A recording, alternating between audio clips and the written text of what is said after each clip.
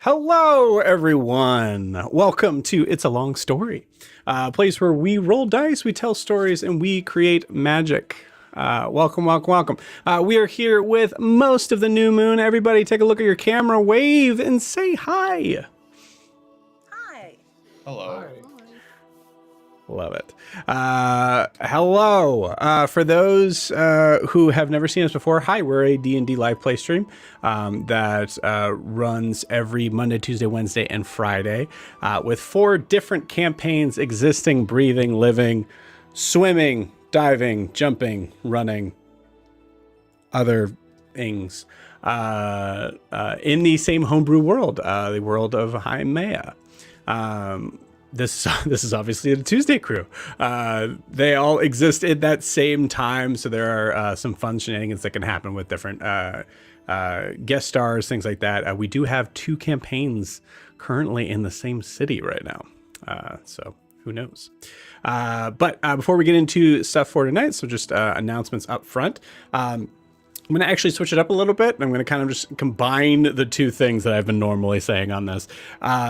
The Shadows of the North Shore, our Candela Obscura homebrew game that we've been trying to get off the ground for months now. We are actually officially starting to run one-shots in that world, in that setting.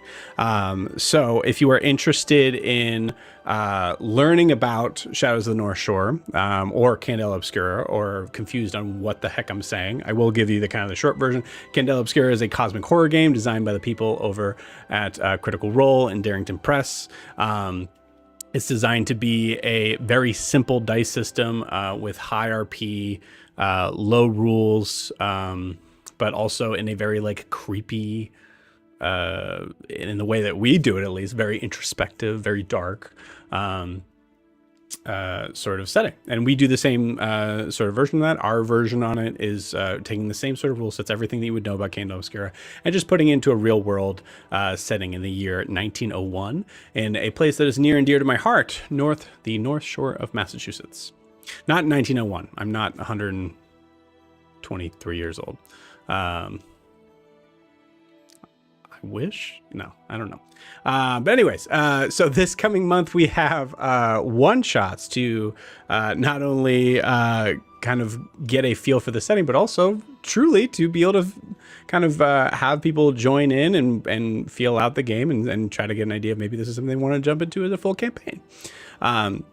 So if you are interested in checking that out, first off, the campaign link I'm putting in the live chat now. Also, if you're watching on YouTube, it'll be in the video description below. And then also our upcoming one shot. So we do every Saturday and Sunday, but this coming month, I believe the 9th, the 16th, and the 23rd. So those are all Saturdays, are all dedicated to this Candela Obscura one shot, which is The Haunting of Lovis Cove, which is in Marblehead, which is the name of a real city that still exists. So please check that out. Putting both of those in the live chat for you to take a look at. We also running some other D&D one shots during that week, during that month as well. So I believe we're doing another Where's My Darling Piddle, which is a fun kind of like little wacky but also high fantasy sort of setting. A great sort of a great one shot for those who are like beginners and just kind of, you know, getting their feet wet with the world of D&D. It's a lot of fun. And there's another one, I can't remember what it is, but you should check it out. Just follow the link and find it out. It's at startplaying.games/GM/It's a Long Story. If this is your first time watching the channel, or second or third, hey, welcome. If you are interested in trying to support what we do, you can do so without having to spend a dime. You just have to click on the thing that's somewhere, the button, you know, it's on the screen somewhere. I think it's over there. That would be the click to subscribe or follow, depending on if you're going from Twitch. I don't know. But yeah, subscribe, follow. It helps out a ton for us to be able to kind of have more of an outreach into this and possibly kind of change up how we run these games in a cool, like kind of bigger, broader aspect. Maybe running like some free one shots, things like that. So I did say, and I will promise now, once we get to 300, I will make a free one shot for everybody to be able to jump into. Not at the same time, because that would be crazy. Yeah. Lastly, you can check out our social media stuff that we have, some behind the scenes things of some some miniatures. We're gonna start working on like adding some more stuff on the like content creation sort of factor to it. But really cool space for our Instagram and our TikTok. So please feel free to check that out. And I believe that is it. So before we dive into what I am very excited and I'll admit a little nervous about this tonight. Before we dive into our story, we need to get an idea of where we left off with the new moon. So Ianthe, please, excuse me, Chelsea, please take it away. We're one and the same. Come on now. All right. We picked up after Titian had pulled an all-nighter to help steer the ship, make sure we didn't crash into rocks. So dear Titian went and took a nap for a good chunk of the beginning of the session. Adim decided to dive in the water and go like deep down, trying to reach out to Ashar, our father. Didn't work, and Ianthe's new pet, Hippocampus Coral, was there bothering him. Ianthe then dove in, tried to train Coral, but she didn't do a good job, and she didn't really train her to do anything in particular, so it was mostly just them splashing in the water. Bix, Sif, and Grian kind of talked about some mechanical stuff, the idea of possibly shrinking Sif so that she doesn't stand out so strongly, being a 9-foot half giant. Bix started working his little artificer magic on a really cool breastplate for Grian. Sif did her thing where she goes into a rage and creates like a gust of wind for us to go super fast, which was awesome. However, as we hit the brakes a little hard, our friend Alyssa bumped her head. So Grian went to heal her, and it did work, but immediately after, her magic kind of like rebuffed him and like rejected him, which was odd. Then we sent Alyssa to go looking for Coral, and she started spider climbing on the side of the ship for the first time, which is new and concerning. We found a couple of islands with some shipwreck debris. He and Adim and Bix went and checked those out and found a seemingly destroyed lifeboat that is somehow still floating. Has the words on it: control, survival, and silence, as well as some strong enchantment magic. Then we finally got to Dare's Wharf. As we started approaching the city, we hear some gunfire and some screams and get caught up in what appears to be some kind of gang spat on the streets, with gang members using people as human shields. So, of course, we rushed in and tried to stop that. In the process, we discovered that Isolde's gang was trying to focus on Davi and his gang, possibly. Mm-hmm. Davi was knocked unconscious, and his unconscious body was taken away by his comrades, so we don't know where he went. There was also a halfling at some point who took off running. Adim learned that this halfling's name is Pest, and they were supposed to be observing the fight, not participating, so I'm not really sure what that's about. Also, Ianthe read the mind of one of the city guards who was there, and learned something about wait until Avery hears about this. Before that guard then stabbed Ewolf and threw him in the water. And that's where we left off, in a very chill spot. Awesome. Thank you so much. 1 second, just catching up here.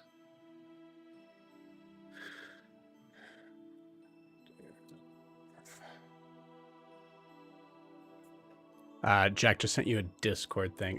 Feel free to take your time in responding to it. I just needed to make sure I knew. Cool. All right. So for everyone around, the streets themselves in the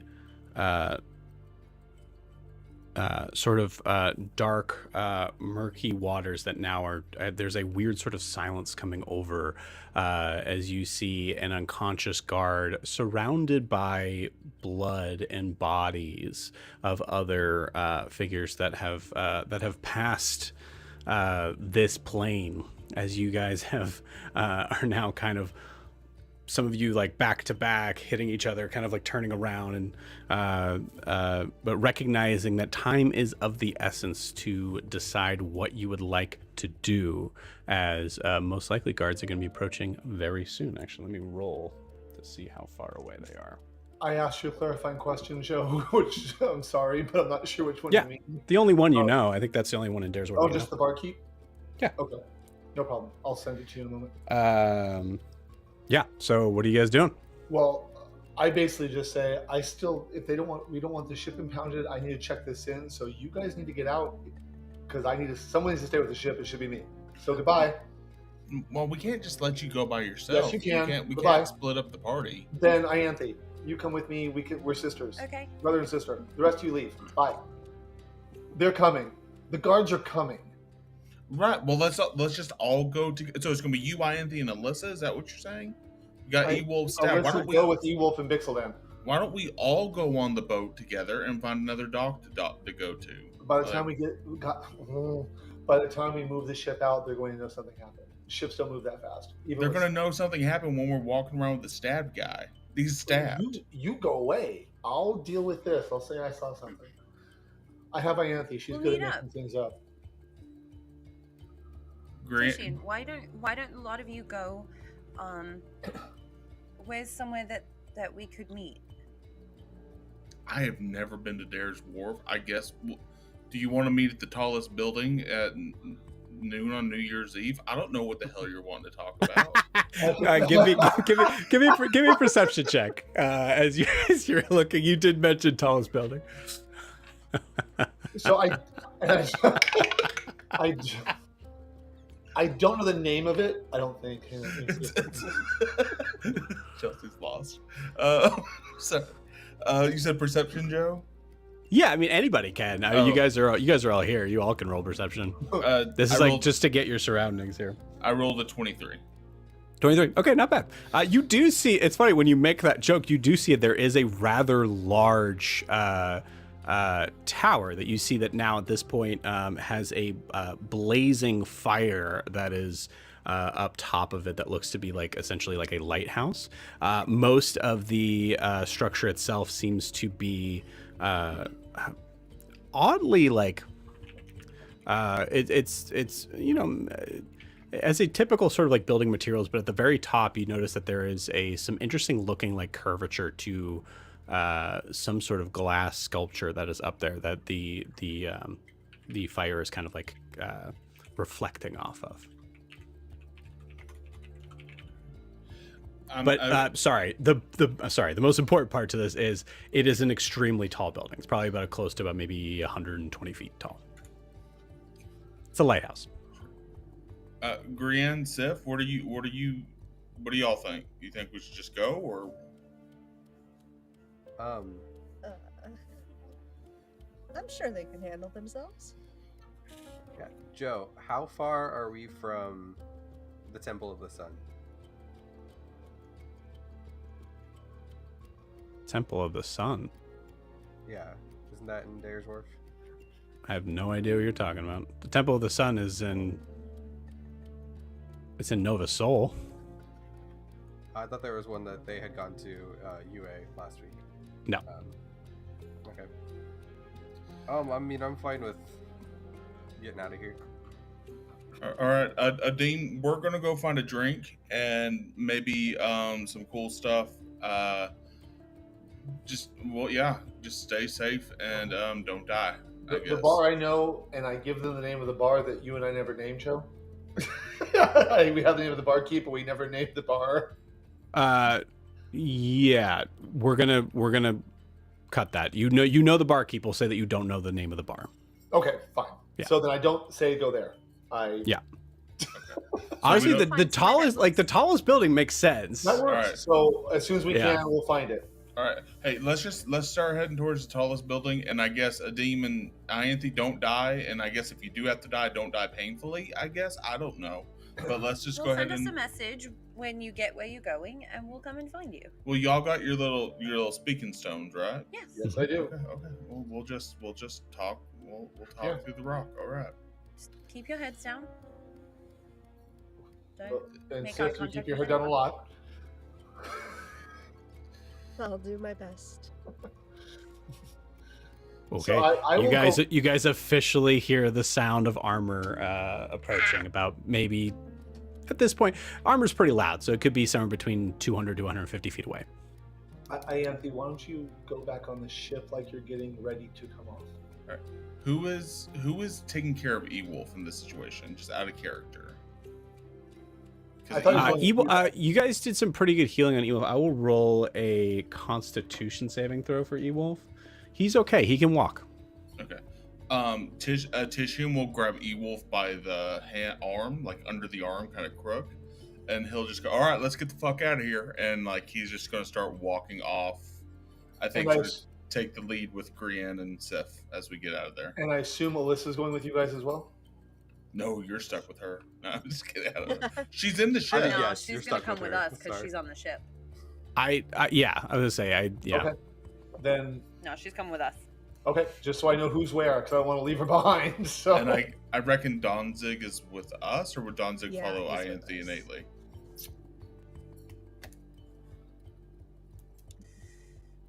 And I would love for you to take Danzig. all right. Here, if I'll roll high, roll low. Roll high, it's with them. Danzig's with us. Yeah. All right. Okay. Okay. Okay. Okay. Fucking party, yeah, hell yeah, let's go. All right, cool. Let's So I'm going to ask this. So from the direction of where you guys are at right now, which way do you go? So there is, so to head to your left, right? So basically further west, would be the direction that you saw the guards running away to. To go east, you didn't see anyone going that way, and then going north would be the direction where both Davi, Pest, and another guard was at too.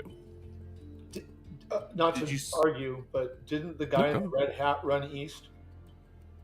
Correct. The guy in the red hat did run east as well. Okay. Yes. I was like the one I was punching. Yeah. Yeah. Which direction did Isolde go in? Interesting. I'm gonna say he probably went east. Okay. And then you said we could hear armor from a distance. Can we pinpoint where that noise is coming from?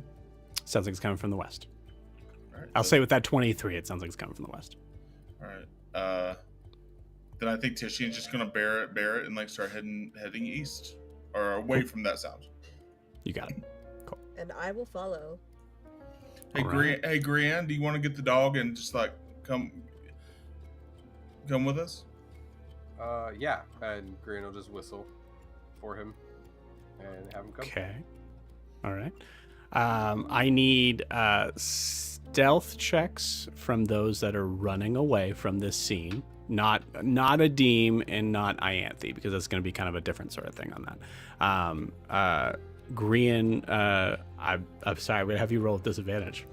You said I believe this is what time of day is this? Is this at night? This is a night. You guys came in at night now at this point. Alright, so then I have About advantage. 7 o'clock. I have Yeah. advantage on this than with my Mhm. thingy. Okay. Disadvantage 14. Hey, disadvantage 14. Hey. Hey, nice. All right, that's not bad. 26. 26. Cool. That one level of rogue is doing work. So this is going to be a little bit timey-wimey in this moment, because there's going to be some things that happen with Adim, and actually we'll handle this now. Adim and Ianthe. What's the plan here? Adim, you're going into the what would be the phrase? The office, essentially. Actually, my plan was to be on the outside on the docks, like Okay. getting the ship moored as best I Okay. can. Ianthe should be inside, and then when they come running, I'll deal with them. and not martially. I'm pulling my trident on them. So You got it. I'm not trying to hide from them. I'm just like, there was a street fight. Yep. You know. So. Okay. Cool. So then Ianthea DM, you guys are running back to the docks towards your towards the ship. Yeah. Okay. All right. Okay. I'm gonna say therefore I also need stealth checks from you guys as well. I cannot remember if we established this or not. Is the moon out? I think we established that it's not. Right? Didn't we do that? I think Last session? you asked last I didn't write it meeting down. and he said no. Yeah. For the record, I Well, rolled I don't for like it. that. So can it be out? 'Cause I like No, it is the same evening. But I get advantage when the moon is out. So, do you want us to just tell you? Yeah, go for it. 21. 21. Okay. Nat 1. That one. You might have said it, and I'm sorry. Can I tell that she's not going to make it? With a nat 1. What did you get? A 21. And I still might be under the effects of my haste spell. Well, it's been way over a minute. Oh, you don't want to tell me that. Okay, I wasn't sure. I'm like, I don't know what it is. So Yeah. I think I'll tell you what. Actually, here's an easy way to do this. Roll me a d20 if it is if it is 11, and I'm going to say this is an option, so you don't have to do this. Okay. But roll me a d20. If it is 11 or higher, you are able to help Ianthe out. If it is 10 or lower, you are immediately dealing with the exhaustion of haste and can't move, okay. which means that you're an automatic fail. Well, so my idea was to suggest something to her, not so much grab her and move her. The same thing's going to apply mechanically, because honestly, I should be doing this. So this is how this will kind of No work worries. there. Yeah. Under the effects of the exhaustion, I got a 5. Okay, you got it. So you notice Ianthe is trailing you at this point, and you turn and look back, and all of a sudden there's just a moment where you just all the limbs just. I'm tired. Okay. And I think I think you at least kind of like fall to your knees on the deck. I can be on my knee. I take a knee. Okay. Can I say anything to Ianthe? Am I so exhausted I can't say anything? I think you could say something. Yeah. I just say, if you can't make it, go to the water.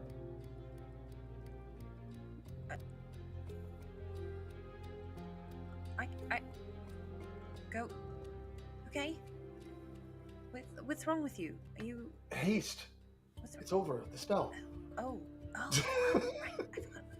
Right. the moment when a character is trying to play in character, the other person's like, "Well, the haste spell." Well, that is like. I know. I'm tired.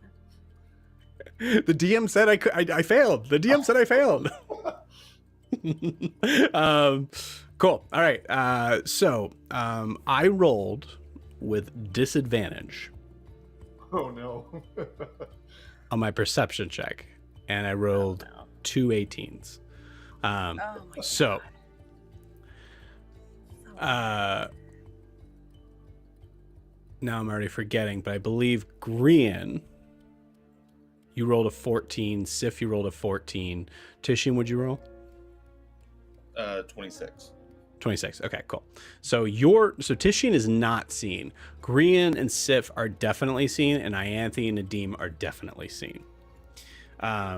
As there are guards that are yelling out, "Wait, stop!" So, if you guys want to continue, you can continue and try to beat them in a race. So. Except for Ianthe and Nadim, you guys are Yeah, stuck. I wasn't running anyway, so I was Yeah, like, you guys I'm are right stuck. here. These are the others. I mean, my 2 cents are we gotta keep running. I mean, I'm not seen, but I think we need to keep running. Are there any like alleyways for us to duck? I'm assuming there's alleyways. 100%. 100%. Yeah.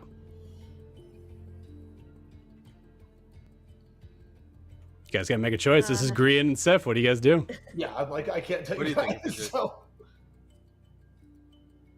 I would look at Grian, and then I'd look back at Adim and Ianthe, and if I see the guards coming towards them, I'd stop. That way Okay. they at least have some extra help if they need it. You got it. All right. Korean's gonna be like, "Oh, thank God you're here." Okay. All right. So this was fun. This is about a solid 10 minutes of everybody failing except for Titian. I love it. Cool. So I'm gonna roll something else now because D&D is really fun. When the guards ran to get help, right? They were injured. So the question of this die roll is, do they come back with those other guards? Because if they do, they all saw what you guys did. So we'll say the mechanics of this, and I apologize, we don't have the dice cam thing. I'm still working on trying to get that down. But we'll say the mechanics of this, because they were pretty dang hurt, I'm gonna say on a 5 or lower, they join the other guards. All right, here we go. Okay.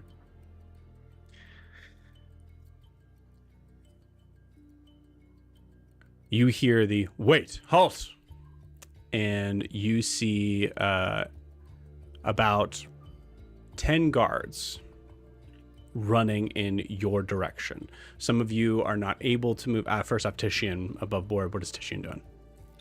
I mean, Titian was sort of leading Grian and Sif.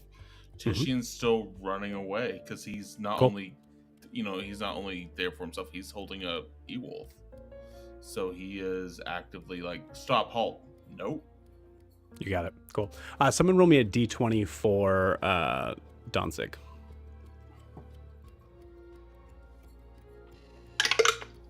19. 19. Cool. Danzig was originally with Grian. Mhm. Yeah. Cool. So I'm going to say Danzig could get away. Like And follow stealthily Titian. unseen. 19 beats an 18.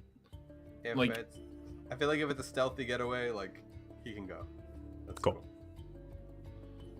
I just want to make it like just to sort of help set the scene a little more, because I don't want the party to feel like Titian's abandoning. I don't think Titian's in a position to look behind him, and he's Right. just getting out of there. So You it's got it. not a matter of like he's just assuming that y'all are following him. Do I And, have like Do I have a second to like touch my rock and just be like, Titian, get out of here, like take him and go? Yeah, absolutely. Okay, so like that. okay. So I'll reach into my pocket and be like, Titian, you gotta go. The rest of us will be fine. Go. Which may have a counter effect. I don't know what Oh. Titian's plan is here. So Titian, now you know that the rest of the people are staying behind. oh shit.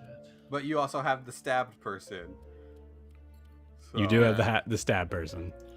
I would. Is there a spot where there's some high ground that we could like maybe get to, Joe? Ewolf's not immobile. Is there like any like a building we can jump on top of, or is there a? What's your intention here? What are you looking to do? I want to if I know that they're stopping, but I know that if I have the feeling that I'm hidden, then I want to get into a spot where I can observe, just like what Pest was doing. I want to get into a spot where I can observe what is happening, and then make a surprise attack and ambush if need What be. you know right now is that the rest of your party is staying behind. You do not know if you are hidden from these other figures here. You do feel like you're probably further away than the rest of them. That's the only way I could imagine that 26 being that high on that, and for you to be able to like be aware of it. But it doesn't necessarily mean that you are hidden from them if you stop. This is while you're running. So like if you wanted to get closer, it's going to be another stealth check to do that. Right. Okay. Titian will duck into an alleyway. Cool. And then I think as he ducks into an alleyway, again, he doesn't know if he's seen or not, but if he's still within eyesight of Grianne and Sif, he's going to sort of prop Ewolf up, and then he's going to sort of like lean out and sort of try to keep an eye, but like he's going to try to make sure he's going to do his best to not be seen, because cool. If they're describing attackers, he's figuring right off the bat, okay, Leonin, easily identified as an attacker. Mm-hmm. Right. So. Okay. So, as you all are taking your moment to kind of just stop and with the action to run away, it's clear that you guys were running from the scene.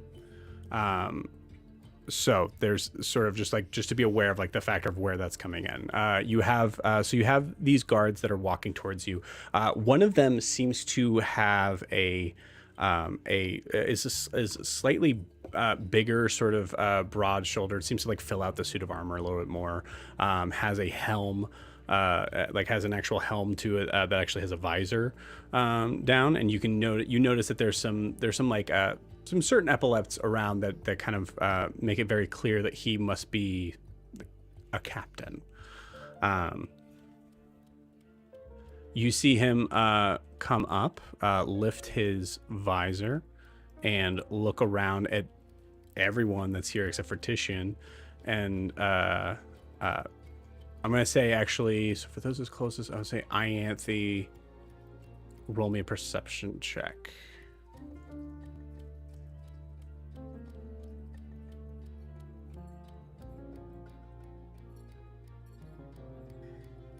Nine. 9. Okay. You are not sure if the one that ran to get help is back with them. You're not aware. So as his figure comes up, he lifts his helm and he goes, "What happened here?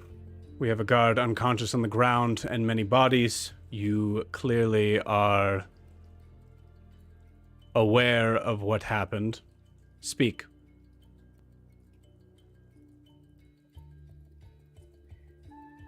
Am I? Is that to anyone? Yeah. Am I? Yeah, it's anyone. Am I? Do I have enough? I'm gonna say you're out for like a solid minute. Okay, then I was like, because if I'm not out, I will do something. If not, I will just rest. Yeah, I think you're out. Okay. Hello. Grian will just be like, "Oh, thank God you're here. We came in and these people were attacking these people and ran off, and we were just like, we need to get a guard one, and you're here now." It's Brandon, start again. You totally cut out, man. okay. It's just Grian, just, "Oh my God, you're here." It's like, we got here and they were, these two groups were attacking each other and some guards, and by the time we pulled in, they had run off, and so we were actually about to go run and find you. My friend here he's very religious, so he's praying for the dead, but I'm so happy you made it. This is a big city. I don't think I would have found you. Did he just refer to me as the one? Yeah, because you're like taking a knee. You're like, looks like you're meditating. Like you're like, okay, here we go. Okay. All right. Cool. Awesome. I am not going to have you roll persuasion, as he looks at you very straight face, not getting the flirting part at all. and this figure looks around and notices Sif. I was told from my men that the people that started attacking the crowd had a giant with them. I think that was a misunderstanding. You see, we docked and I actually healed one of your guards, tried to bring him back up, so... I don't know how you call that attacking.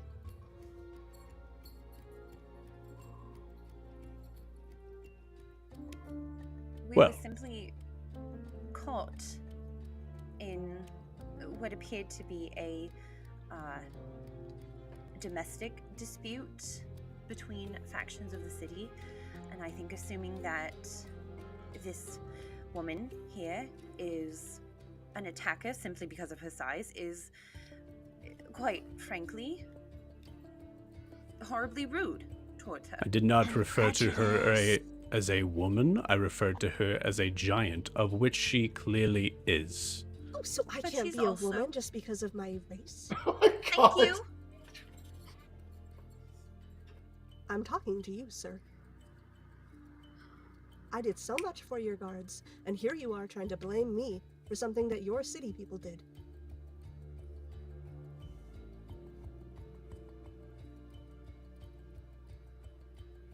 Pick up the private. Is he able to be awoken?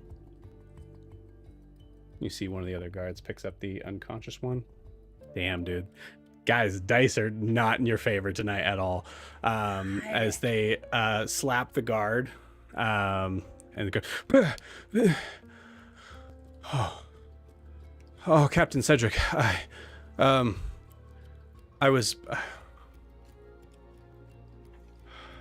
was attacked by her, and points at Sif.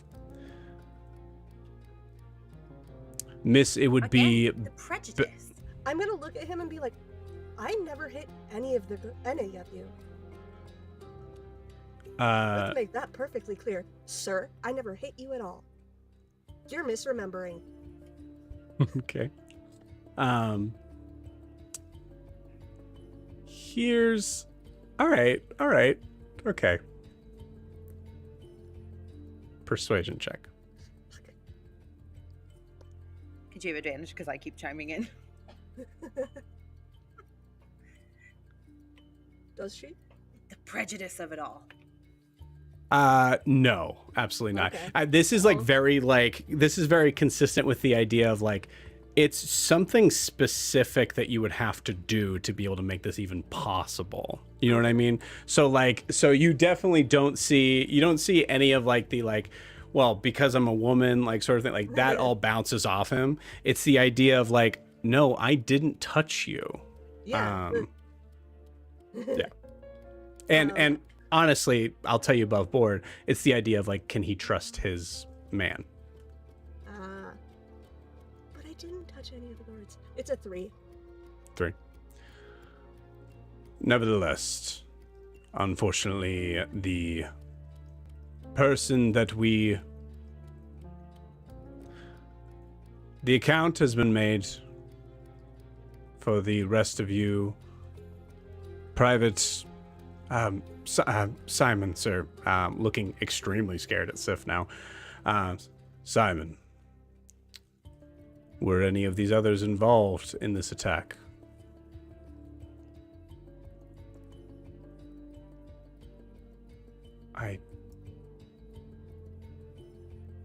I don't know, sir. There was definitely a Leonin. And the dispute did seem to be from one of the Marauders. Or excuse me, not the Marauder, my bad. Whoops. The Thorns, right, or something?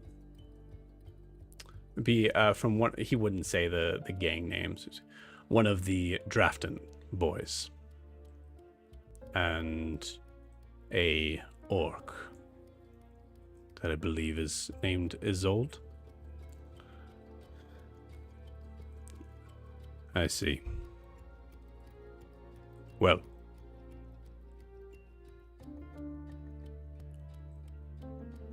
in the interest of being politically correct, what would you like me to call you, Giant? Sif. Sif, you are under arrest. And you see there are 10 guards that come to either side that start to kind of move around you at this point. This is So- Giantist. So the question is now at this point. So I'm just going to kind of try to lay out the scene as much as possible. And I will say that Cedric seems to be, as far as the guards go, you guys did see the guards fight. They didn't seem to be that great. Cedric does, so just by the look of him, seems to be someone that kind of handles himself in a different light. So you have 20 guards and him. Can I... Alright, we're gonna do a crazy thing. Can I subtle spell polymorph? And I'm gonna turn Sif into a seagull. Whoa.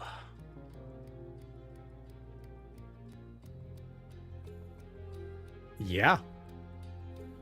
Absolutely. That happens. Assuming Sif chooses to fail. Yeah, you can fight it. Sure. Cool. Sif, I'm gonna say it's a DC 5 animal handling check to be able to figure out your way of being a seagull enough to evade the guards who are looking up, and all of a sudden you're gone.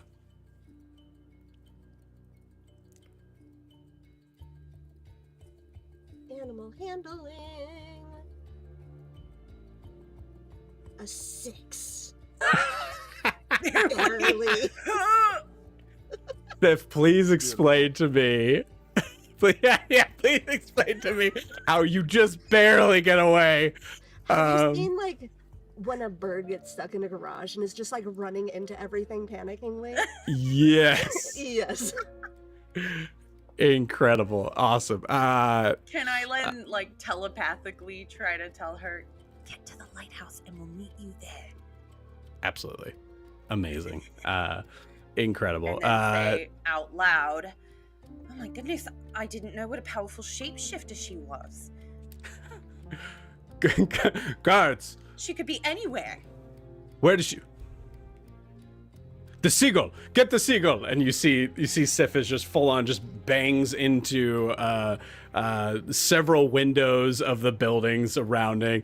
Like it goes into the water and then like has to push itself out and like running on deck. At that point, like smacks Adim accidentally with her wing. Adim that does pull you out of your stupor, and goes and flies off. Everyone stay here. What was that? What? And you see him, he's also running out to the deck and is like now like he's like halfway to the deck as Sif, you're like, okay, this is how you fly. Oh yeah, I know how to do this. And Cedric just kind of watches you go.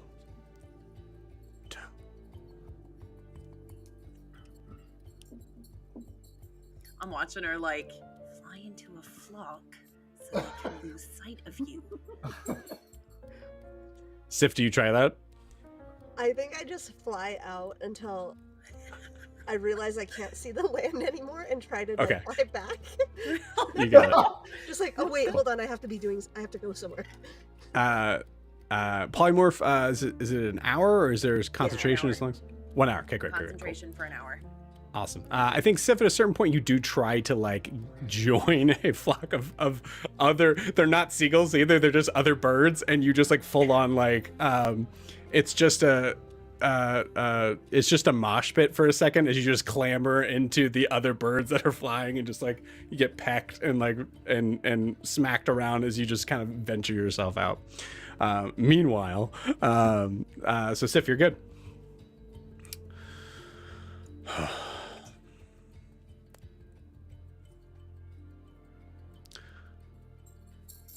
All right, well.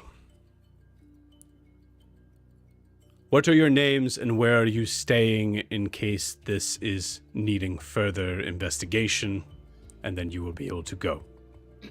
I just wanted to be known that we had no idea that she could do this. Clearly, she has tricked us into the city. We are completely innocent at the whim of this powerful shapeshifter who could be anywhere in the city. We may never find her again. I just want that stated on record. And I'll throw in, Noted. as I stand up, I wonder if she's even really a giant. That's very possible. Your opinion is noted. Who are you? My name is Erin. Aaron. Mm-hmm. Does Aaron have a last name?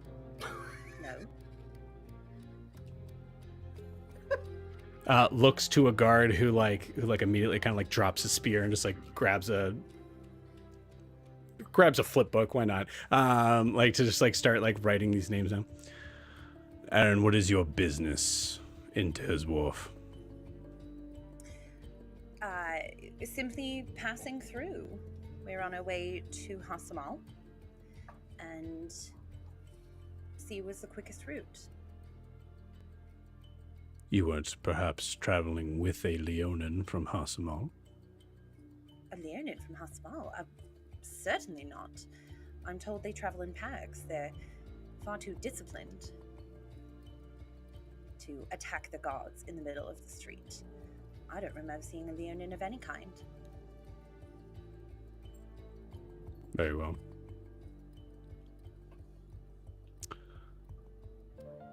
You, the one on the dock.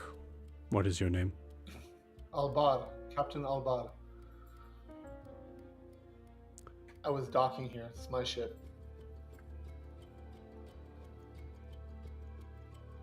I see. Please make sure that you see the dockmaster. I'd love to do that as soon as possible. Where would I find him? Or her? After this conversation.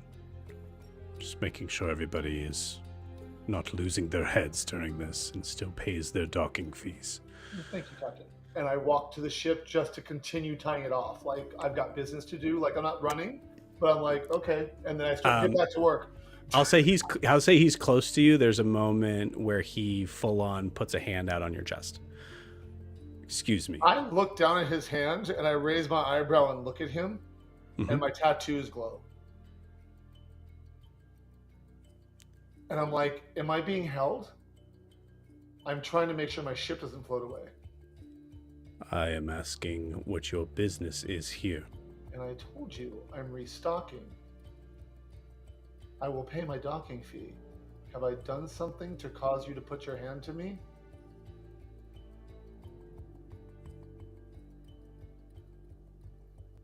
Takes his hand away. I walk back to the ship and start tying it down. Cool. As you get closer to the ship, you see Alyssa just in like a little in the doorway, just like, do I come out now? And I just like slowly do this while like looking at her doing this and keep tying. Cool. Okay, you just tell me when.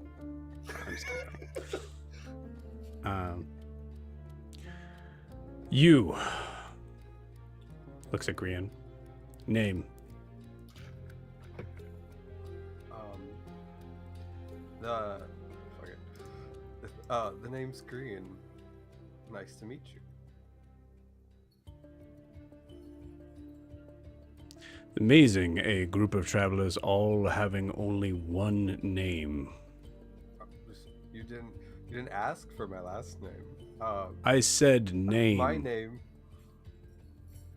That's very non-specific. And he'll reach out his hand, and just say, "Green McCraith, nice to meet you. Not Doesn't sure take where it. we're staying yet, but I'll let you know when we find one." What was your name again, just so I know who to send for? He looks at you, goes, "My name is Cedric Glimmershield. I am the captain of the guard here at Dare's Wharf." Captain Glimmershield. I like that. And Green will kind of just like pretend, not pretend to write on his hand, because I don't think he actually has anything to like write with. Mhm. I'll just, So he's like, "Yeah, Captain Glimmershield. I'll let Very you good. know when we find a place to rest." Your business here? I'm just looking for some work.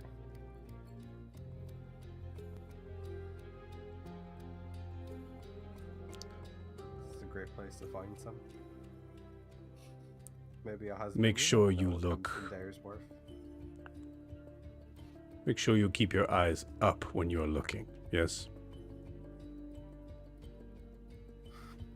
You're gonna probably just look him up and down and be like, "I can, but that's not the part I'm looking for." Then you will find yourself at the end of the spear. Are we clear, Mr. Green? If one could only be so lucky. Oh my god. I rolled a 7 on him, like, getting what you're getting at. It's great, amazing. Yeah. Very well. I suggest you all find a place to stay tonight that is not in the Warrens. I would recommend the Foggy Flask. Is the closest in here.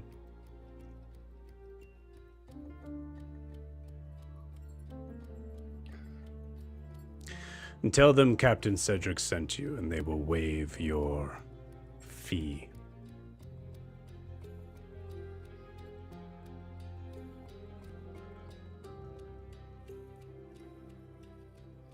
Guys, I can't without just. Then I guess we'll go that way, and I'll make sure to get that king size bed and just wink. I guess we'll be off. There's a certain point Right where after it's like so like after the third mention, he's.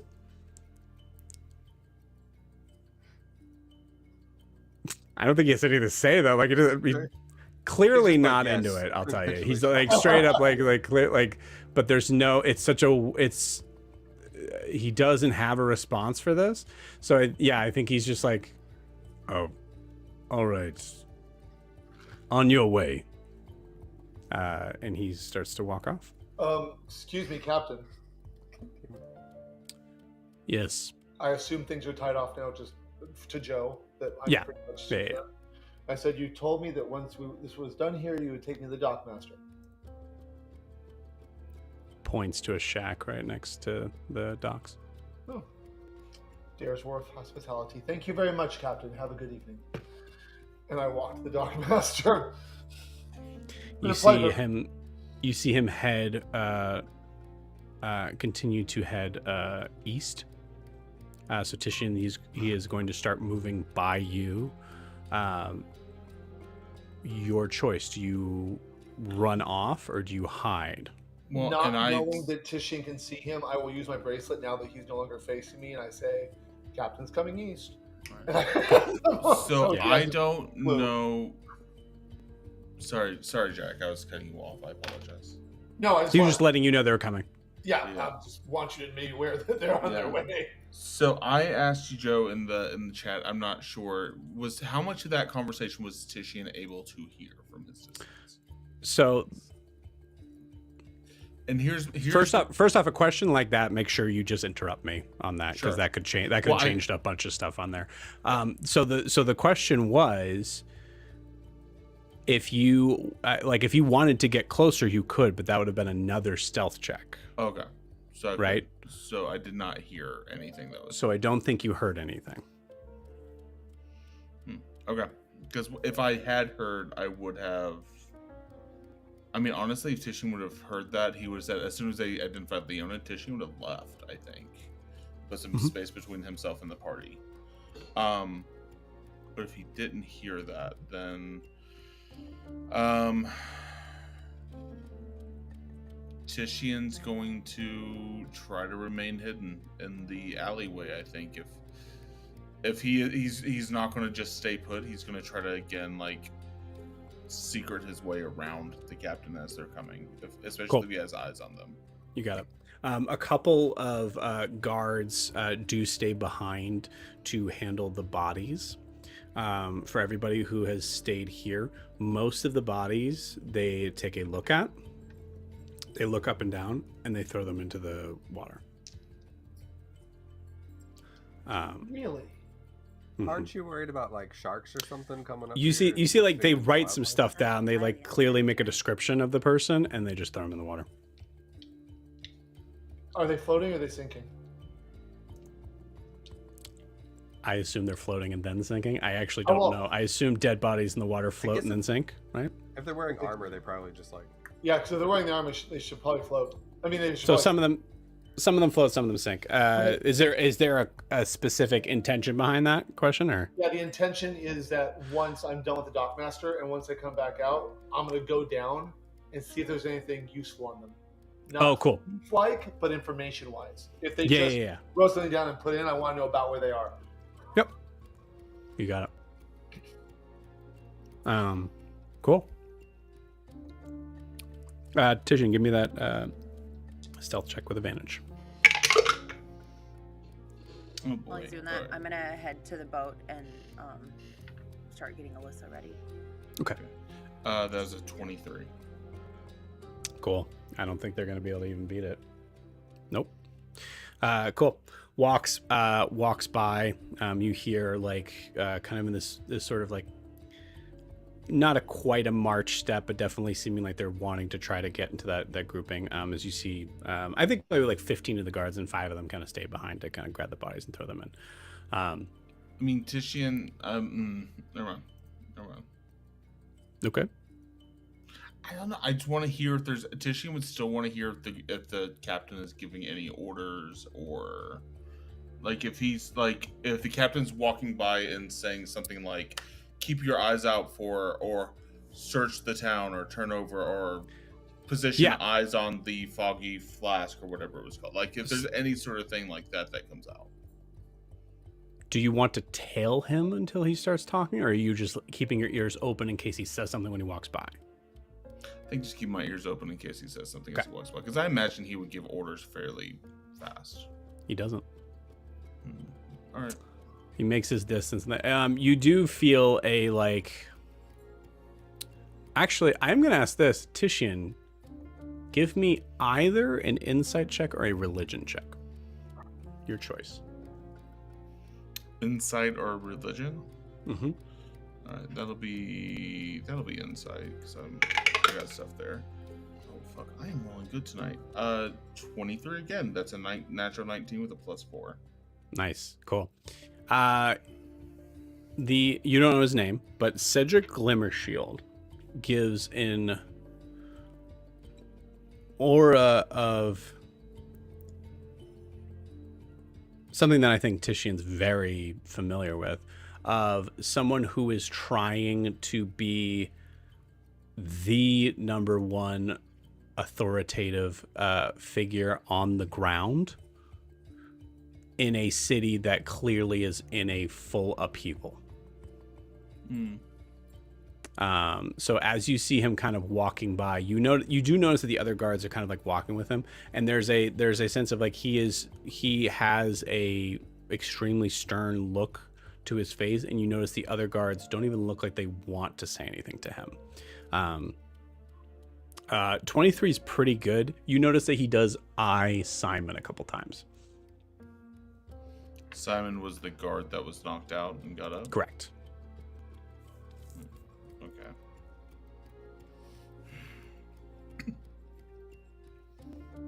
Adim, you go into the shack where the dockmaster is. What the heck is this guy's name? Hold on one second.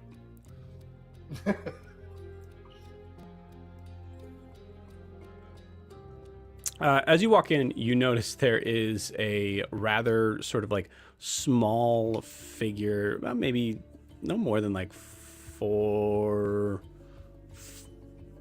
more than like 4 feet tall. You notice he looks like he's like kind of like has like a almost this like backpack sort of look to him until you notice the sort of amphibious looking face and notice that this is indeed another turtle. Oh, okay. I smile when I see him. Just like oh, okay. Hello. Good evening. I need You to docked dock. ship? What? I just put my ship in dock. I needed to pay the fee. Okay. Yeah. All right. Yeah. It is. Well, how long are you docking it for? I'm not sure, actually. At least a week. All right. Well, if it is at least a week, it's going to be 3 gold a night. All right. So if you know for sure a week, it's 21 up front. If you end up leaving earlier, it's going to be up to 5 gold a day.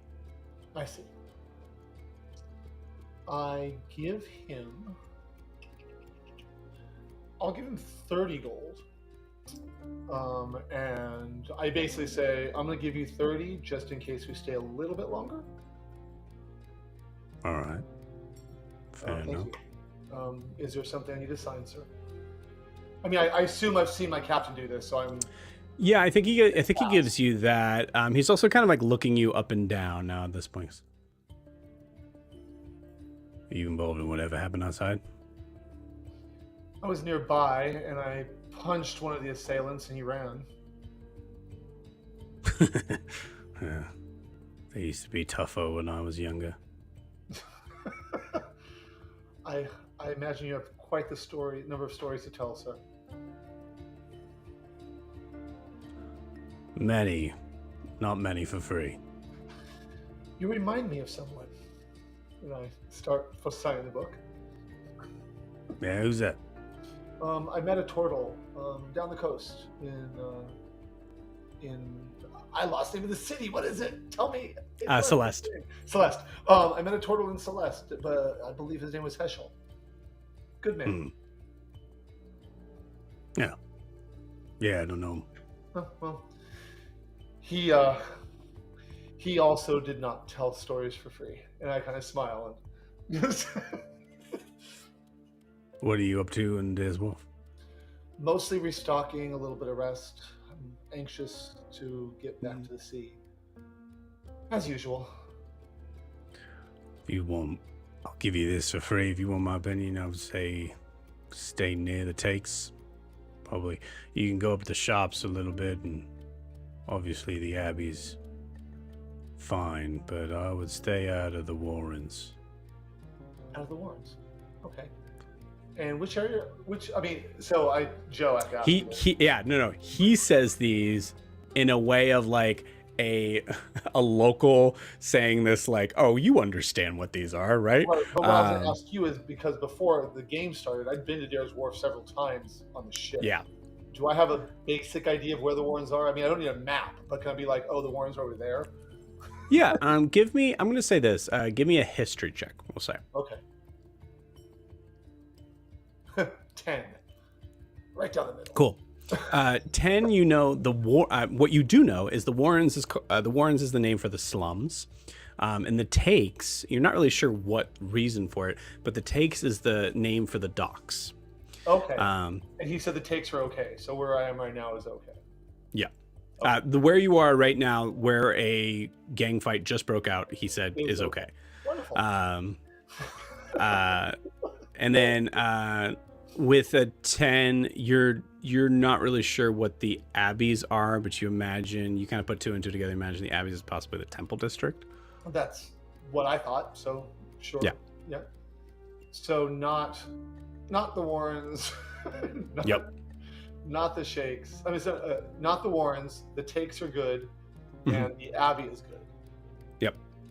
Got And you it. can ask leading questions on that too. Okay, and so, well, as I'm signing up, I'm like, I knew somebody a while ago, traveling through Dare's Wharf, but I haven't been here in a while. Do you know a barkeep named Lydian? Oh yeah, Lydian. Yeah, she's good. She's more of like an inland cat. Where might I find her? I'd like to reconnect. She's kind of on the outskirts, like right further. But what the hell is the name of her shop? Man, I cannot for the life of me remember where. I do know the name Lydian, right? There's a white cat, right? A tiefling. Oh, right.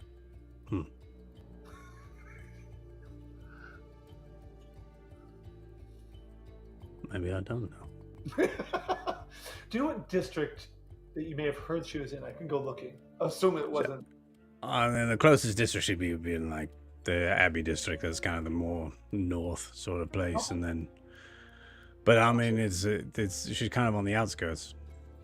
Okay. Be if you're going into the fucking city up there. Okay. I appreciate your time and thank you very much, sir. You're welcome. Hey, thanks for the. So all right. So with this goal was. Might be a 10 days. Yeah. 10 might be a days. 10 day. All right. All right. Just in case. Call it 11. I like your face. Oh, thank you. Don't read into that. I was just saying I like your face. Read nothing. What's your name, sir? So I could. Oh, you can call me Dockmaster Quinn. Doc or Master just Quinn. Actually, don't call me Dockmaster Quinn. Just call me Quinn. Quinn, nice to meet you, Quinn. It was a pleasure. And I shake his hand if he offers it, and if not, I just say. Yep, absolutely. Okay. Hey, good luck.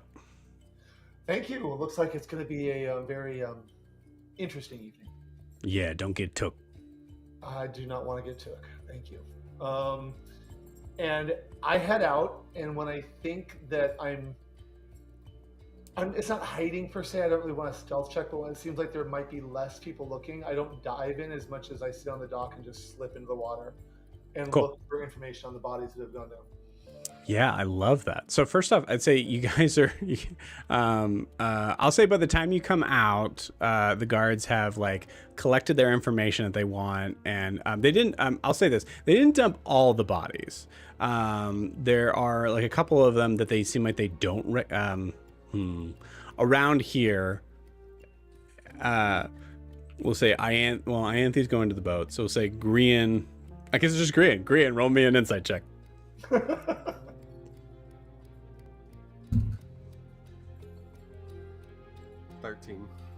13, cool. Yeah, you notice that they are like kind of carting away some of the bodies, but a good amount of them they seem to be kind of like pushing into the waves. With a 13 is enough to know that the people that they're pushing into the waves look like they were most likely part of Isolde's crew, and Davi's crew they're taking away. Okay. And these are the guards that are doing this? These are the guards.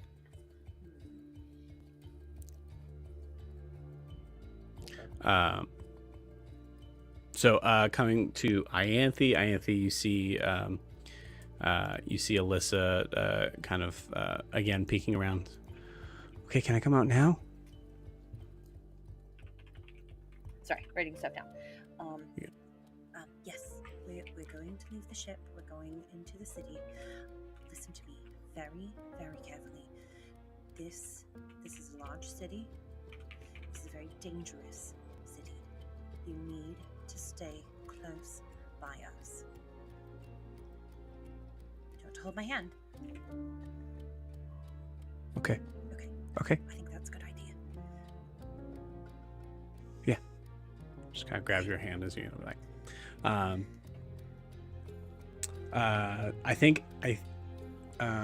So roll me, Chelsea, roll me a d20. That's going well for me tonight. Sounds like me every night.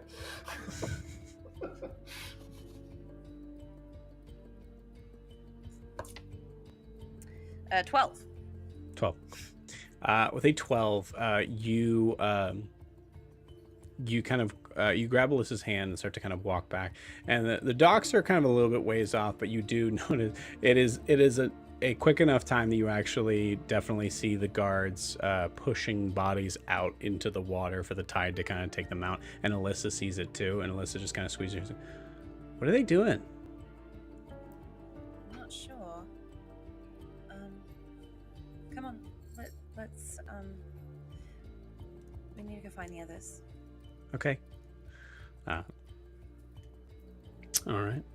Adim, you sneak down into the water, and we'll say we're gonna kind of. I do want this roll, but in the meantime, we'll also kind of going to check in on Tishian and Sif as well. But go ahead and give me a. Go for it. Super quick. Okay, so I saw them pushing bodies in the water. Mm-hmm. I didn't write that down. Do I note them taking away some as well? Do I Yes. catch that? Okay. Yeah, I think with the time that is passed, you don't know who's who yet on that. I think No. because Grian was like in the middle of it. I think Grian was able to kind of get a little bit of Yeah, that. definitely. Cool. So Adim, give me an investigation check. In the meantime, 3. 3. Okay, cool. You see if you get anything with a 3. Nope.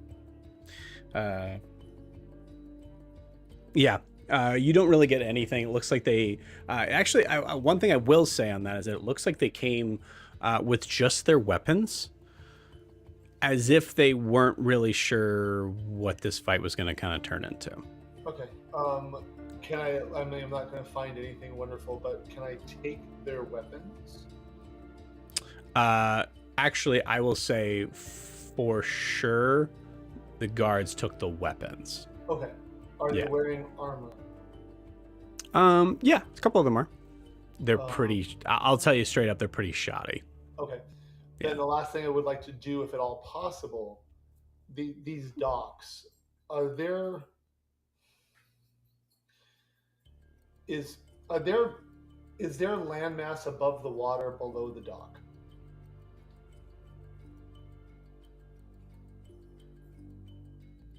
Do you see what I'm saying? Like if the dock is here and the water's here at this level, is there anything here that would be like right under the dock where there might be land coming up? Oh, you mean like a slope?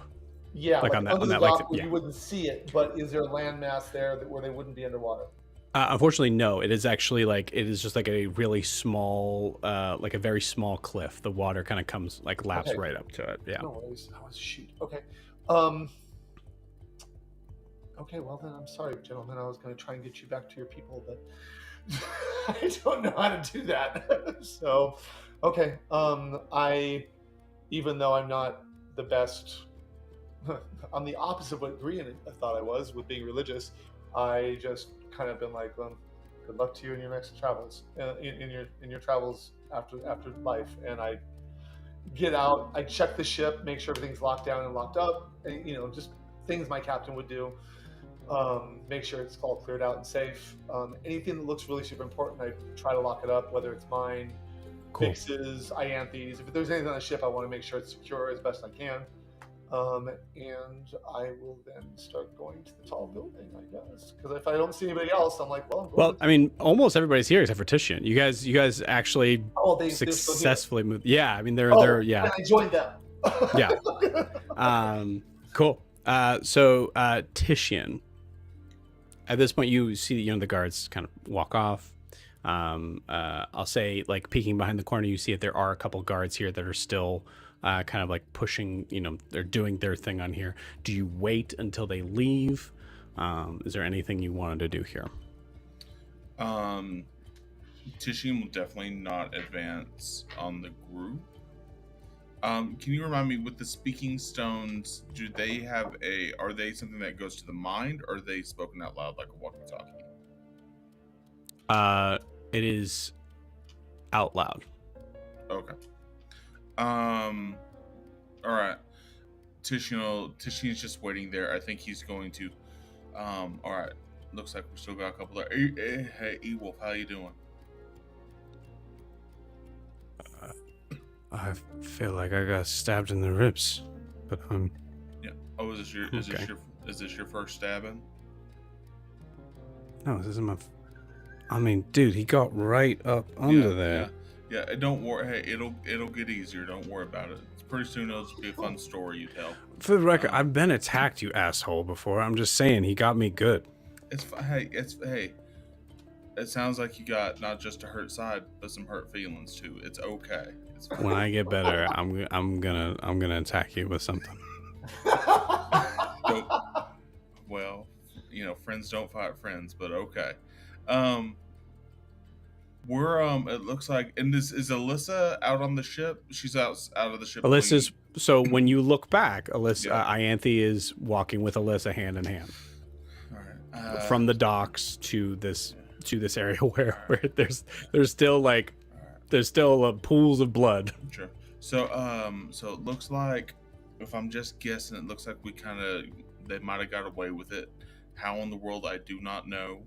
Sif is a condor of some kind. And who are you talking to?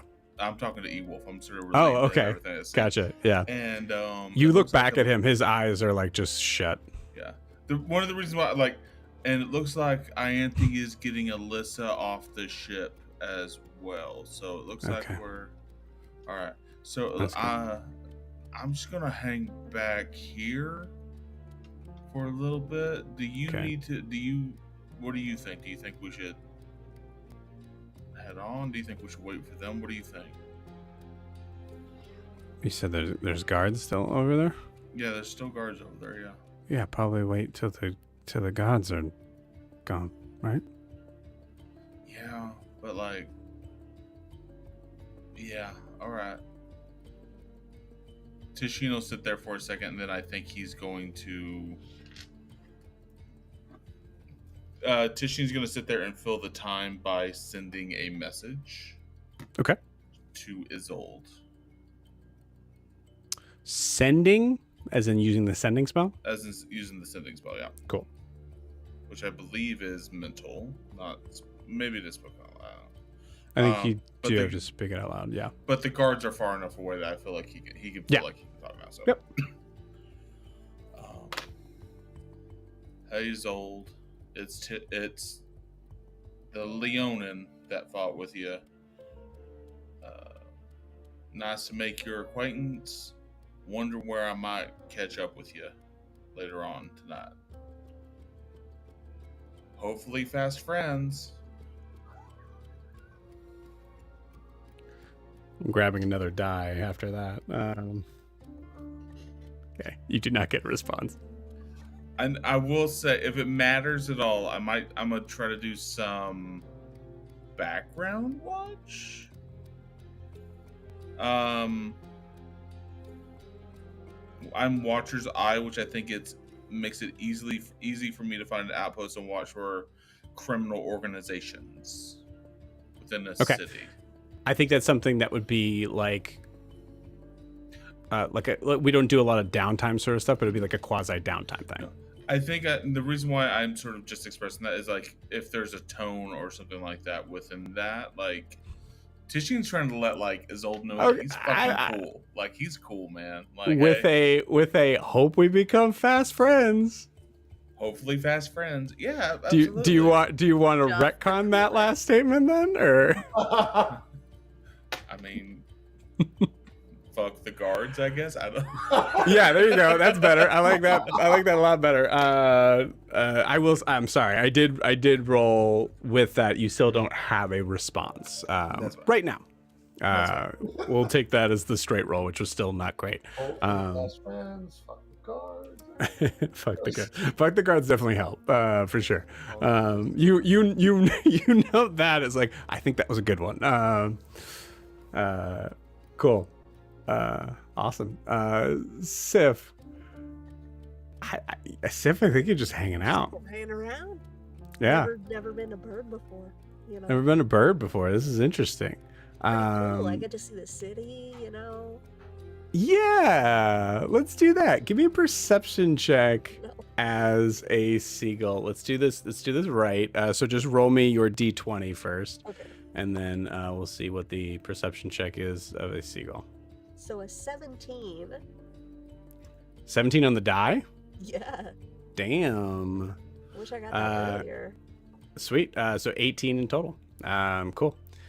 With an 18, spending your time just being a seagull. Now, above board, Sif was told to go and meet at the tallest tower, right? Like that was like the tallest building. I'll get there. Just want to make sure you heard that. Like, okay, cool, Oh, yeah. great. Yeah. Cool. So you just spend time of like, I mean, I know things are like tricky right now and a lot of stuff's going on, but like, I'm a bird. This is cool. This is fun. With an 18. We're about to go into round 2 fighting, but I'll take this. Damn. Okay. With an 18, you get a very clear lay of the land. First off, you see what looks to be a very much like a kind of like a main street, sort of like these are where all the shops are. It's now dark, so they're all closed. You notice that there is an area just beyond that, like literally one street over, where things start to get really dark.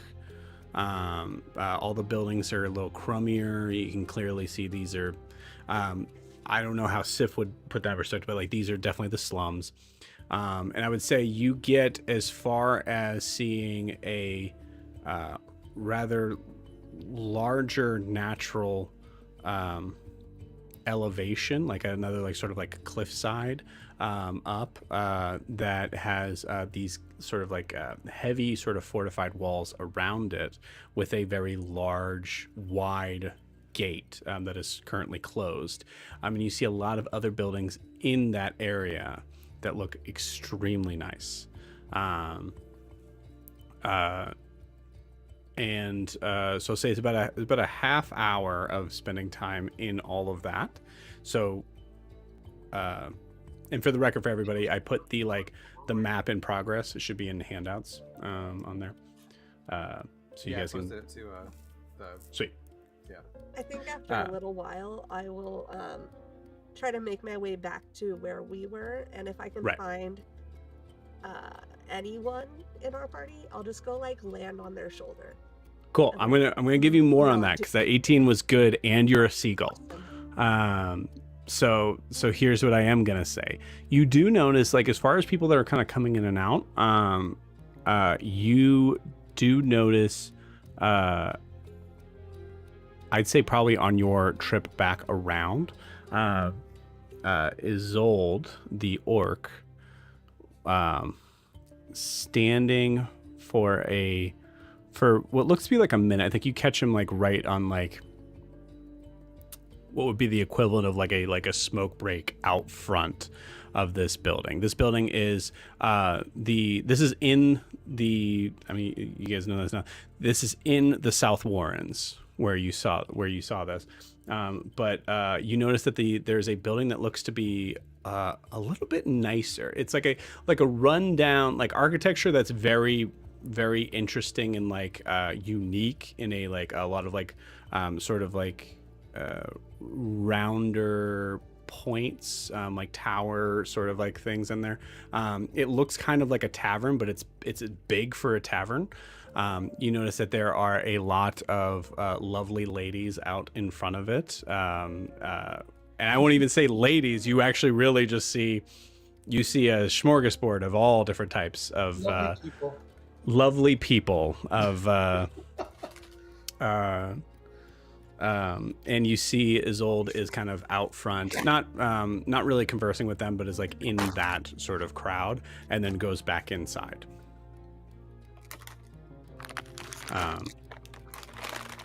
So 18 is good. I want to see if there's anything else that's really fun. I like that.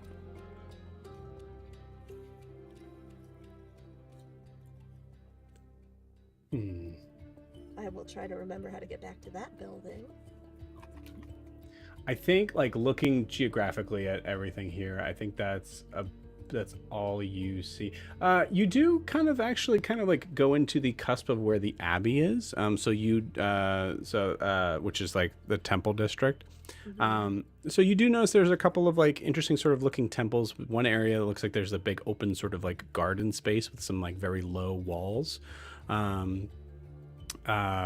notably, you also see there is a rather large dome-shaped building with a massive hole in the center. I don't want to say massive. I'd say maybe like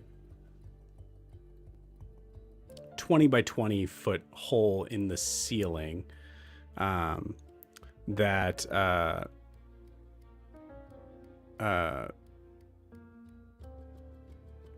seems to be I was trying to think of a way to kind of explain this.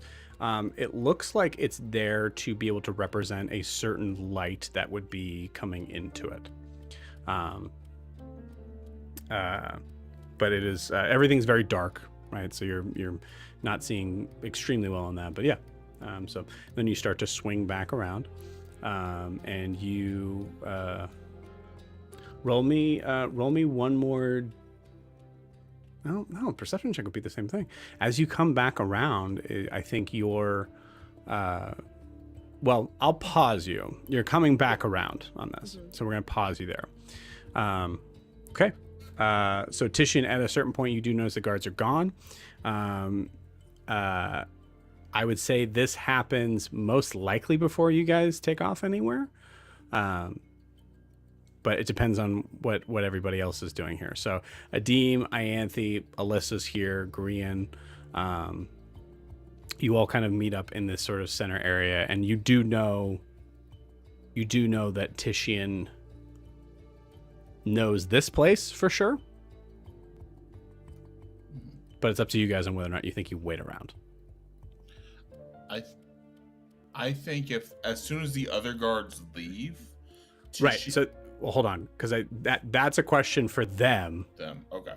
Right. So we need to know this first before you can really know what to do.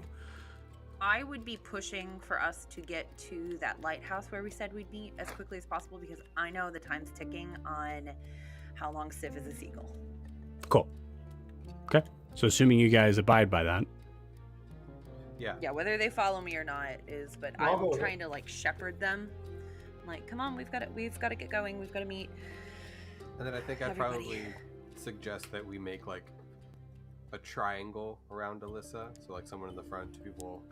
So like Alyssa's in the middle. So that way we're just keeping guard almost walking through the city. Roll me a performance check, Grian.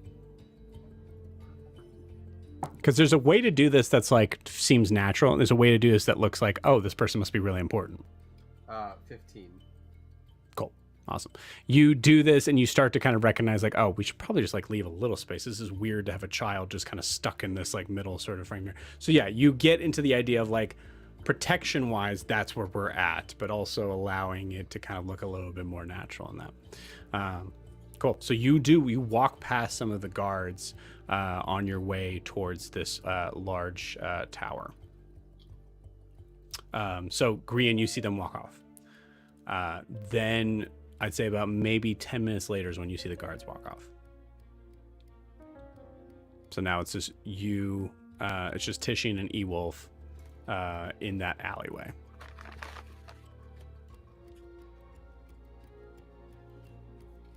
If they're walking off as a group, I think Titian and Ewolf will try to tell them stealthily so that even they don't know they're there, so Titian can keep some distance. Because again, Titian was like, they're gonna know me as they're gonna make me as a Leonin if nothing else, and he saw that Sif had to leave, so I think he's sort of. And you have your remember, right? above board, you don't know that they're looking for a Leonin. No, but Titian has spent his whole life think about the journey as a whole. Like Titian, this is more about Titian's anxiety than it is about facts right now. Okay, cool. I just want to make sure, because you said that in a way of like, I know they're looking for a Leonin. I'm not. No. So I just want to make sure that. This is like, I'm sure they're looking for me because I stick out like a sore thumb, because that's where it's coming from. If that cool. makes sense. You got it. So Tishian's going to try to stick to the shadows behind the group unless someone reaches out to him first. I don't actually think he's going to be the first one to break that radio silence. Okay. I think it's unlikely that the guards are assuming that the Leonin that they need to be on the lookout for would just come back to the scene of the crime. So they're not actively looking for you. So I will say, give me a stealth check. Well, I thought you said... Sorry, I thought you said the guards left. I thought you said all the guards. No, left. that's why we were doing this in that order. The guards are still there. They left. Your group left, and the guards are still there. I got you. Okay. Yeah. So is that still what you want to do? Yeah, I'll still do that. I mean, yeah, that's the move I got. You got it. So you want me to make a stealth check? Or... Sorry, yep. I cut you off. Okay. All right. Well, it's not as good a roll. 17. Okay. Okay. You start to try to stick to the shadows here. Behind you, you're kind of trying to guide Ewolf along. There is a kind of like a tin can that Ewolf accidentally kind of stumbles over as you kind of stop, press up against the wall. You don't hear anything from the guards. You continue forward. Seems like the guards are not noticing you passing by them.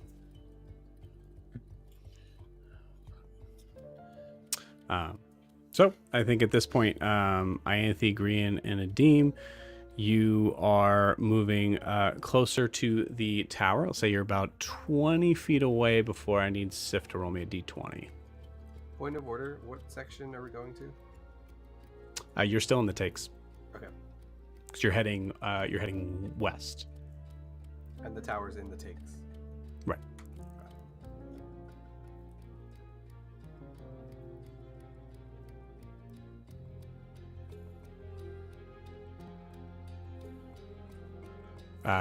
Fidget, you're muted.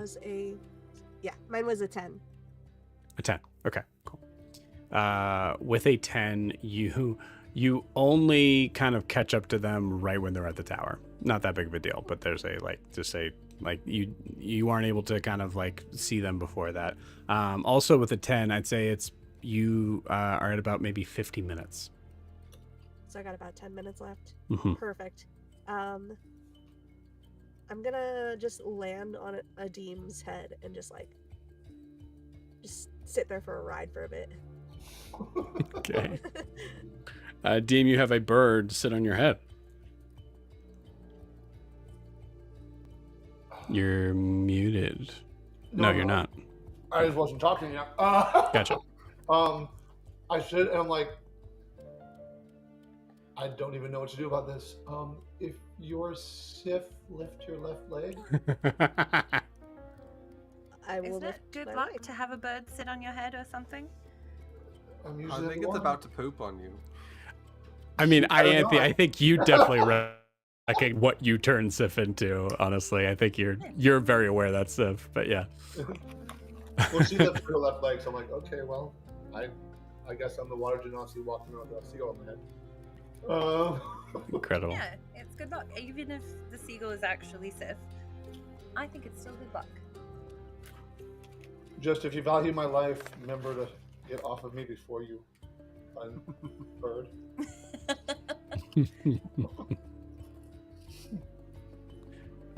Cool. So as you are in the sort of like you're at the, because there is no door here. There's a doorway, but no door in for this tower. You do see you can see even just being outside on the street, you can see inside there looks to be a bunch of a large spiral staircase that seems to just be going straight up. Is there a secluded area where there aren't a bunch of people? Not in this area. Cool. Well, I mean, it's a certain point of night where it's kind of there's probably about maybe like if you look around, you see about maybe 10 people, most of whom are minding their business.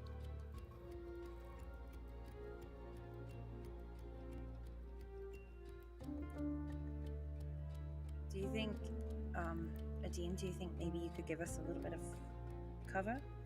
So that it's not very obvious?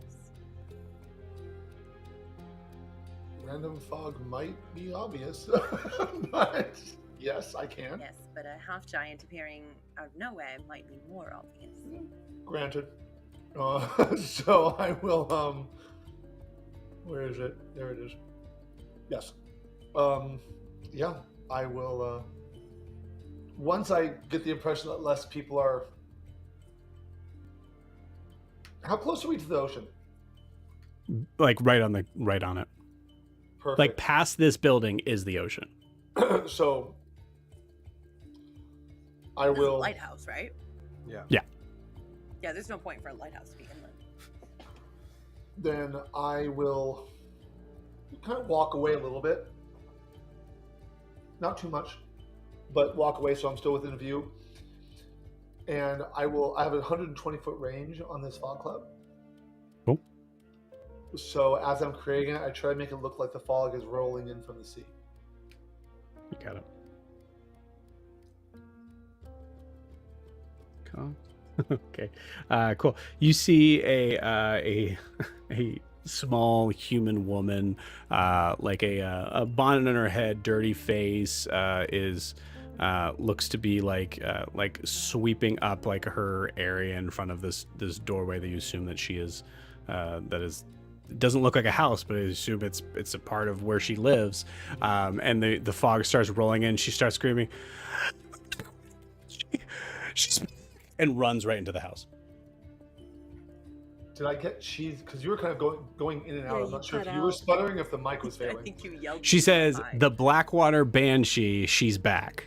Okay, yeah, we didn't catch any of that. Okay, the Blackwater Banshee, she's back. Well, that's not... Okay, well, Amazing. it cleared the And as space. that happened, I rise from the fog.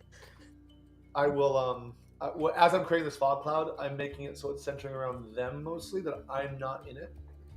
So it doesn't have to be centered on me. Okay, is the intention to hide them in the middle of the street or to hide them entering into this tower? I would say hide them in the middle of the street, because I think they're trying to get Sif to unbird. I just want as Is much that what's privacy happening? as we can get Yeah. in this area. Right, but you're in the middle of the street. What's the goal here? Because this won't last forever. No. Right. Is there like an alley we can duck into? Yeah. Are you guys going into the tower? I mean, the lighthouse should have enough room in like that very first part, unless it's a small lighthouse. There should be enough room for her to like transform in there and come back out. Okay. All right. We'll go inside. Cool. You got it. There's nobody in there. As you walk in, at this point, there's a bunch of fog. You don't see anybody.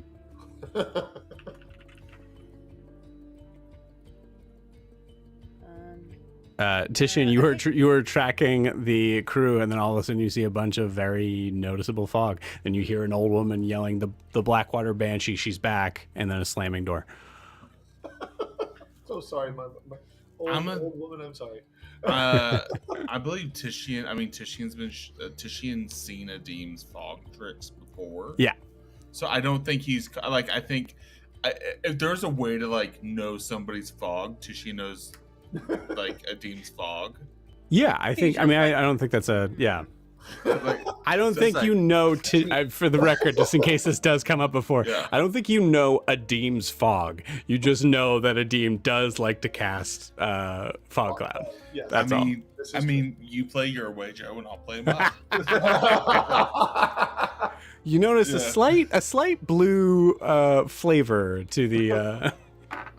Titian's To the- like Titian just whispers to E, "Well, fuck, Adim's like crop dusting the whole place again." And like, Oh my god. So yeah, Tishin will just hang again. No one's made a point to reaching out to him, so Tishin's gonna hang back and just try to stay secretive in the shadows. Okay.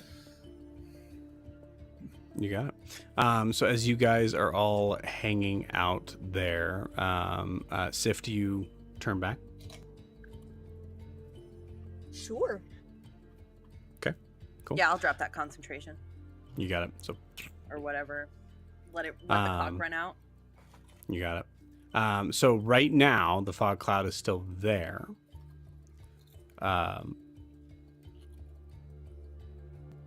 And you all hear a voice that you do not recognize. Oh boy. Is there a reason that you're fogging up my spire?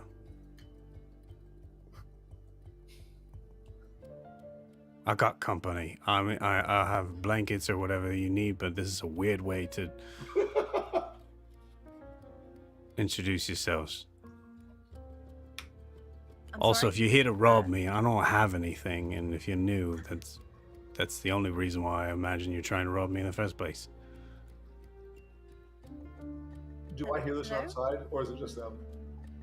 I think it's just them. Yeah, if you're not Yeah. in there, yeah, it's just Yeah, them. I was outside because I wanted to like watch for things outside the fog. So I'm like waving the fog away, trying to clear it out. Okay. you can always tell me. Okay. Yeah. You try to kind of wave the fog off. It doesn't really work, but you do. I mean, do you respond? I'd say if you respond, the figure is going to be able to kind of get into your space. Yeah. Hello? Is someone there? Sorry, we needed to get off the street. This mysterious fog came in and we wanted to get away from it. Okay. And you see a figure kind of walk up to you. This figure is an older human male, black hair. You can see a lot of very simple looking clothes that have these like kind of like worn. They have a worn sort of look to them, but also seem to be. He seems to be wearing like less like accoutrement than any other sort of figure that you've seen here. All right, so you're needing shelter for a bit. That's fine. I got yeah, all right, go upstairs and put the fog cloud away. Oh, right. Sorry, my apologies. And I'll cast Destroy Water and clear the Okay, fog. love Just it. in here. Um, Sorry. Well, that's my cue. So then I'll walk in. I'm like, okay, well. Yep. And you see him look up. Wow, okay. My eyes. Real storm giant. Half giant? Hi, Half. Nice to meet you. Right. Well, hi. My name's Finn Blacktie. Sith. Black what? Black what? Blacktie. Black tie. There's one Like a more of black us, if tie that's okay. event? A couple more of us. Yeah, that's fine. Just, try to get them in. I mean, people know not to come up here. Basically because the bitch queen might, strike them down. That's a weird thing for... Hi, my name is Finn Blacktide. I am the priest of the Sea Glass Spire. Please come upstairs and get some food and drink in you. Just so you know, we do have another tenant at the moment, but he'll probably be leaving pretty quickly anyways. Come on. And I'll message And- Tishy to be like, hey, Oh Just- yeah. come on. Yeah. Whenever you're here, come on in. So we'll simplify that. We'll say Ewolf and Titian also kind of like walk, because you're like right there. You start to kind of like run into it, and we see the camera sort of fade to black in this moment as we are taking our 10-minute break. We'll see you guys in 10 minutes.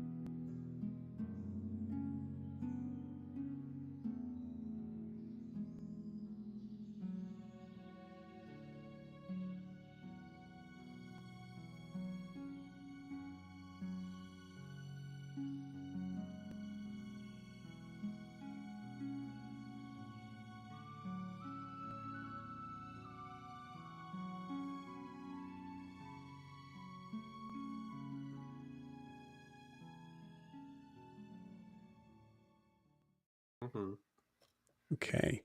Welcome back.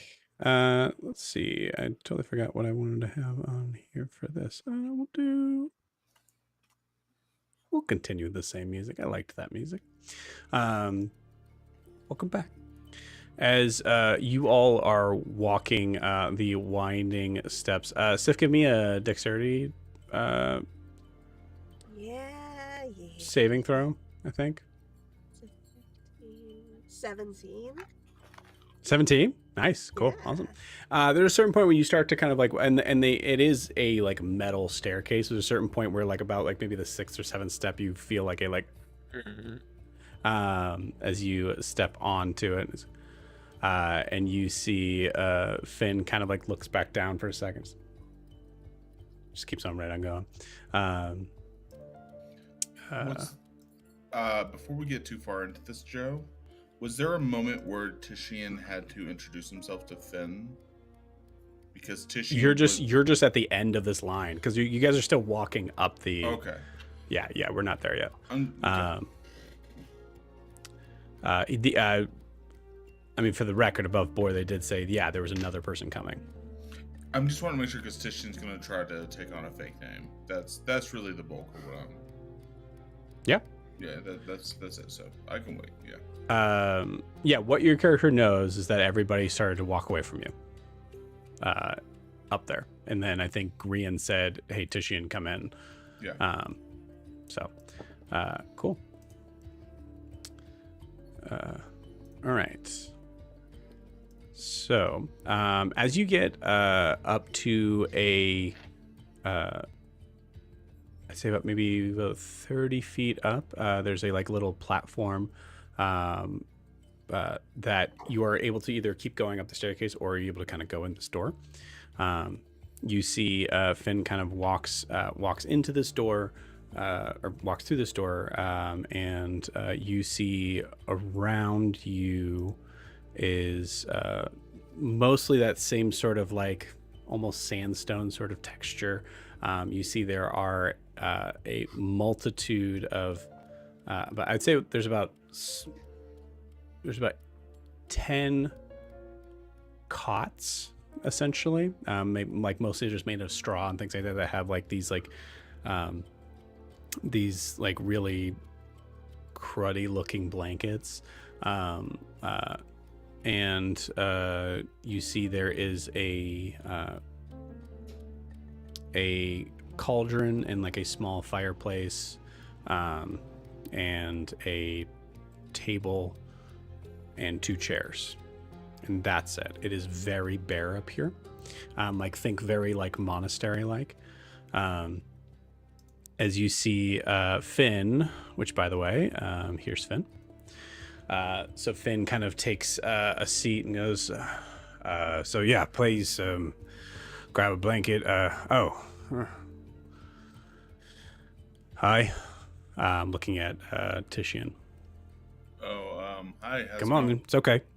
Bro, is this Come on. is it alright if I come in here? I think I'm just sort of meeting up with my friends. I was out getting we were out getting a bite to eat. We were just, a little hungry. No, you weren't.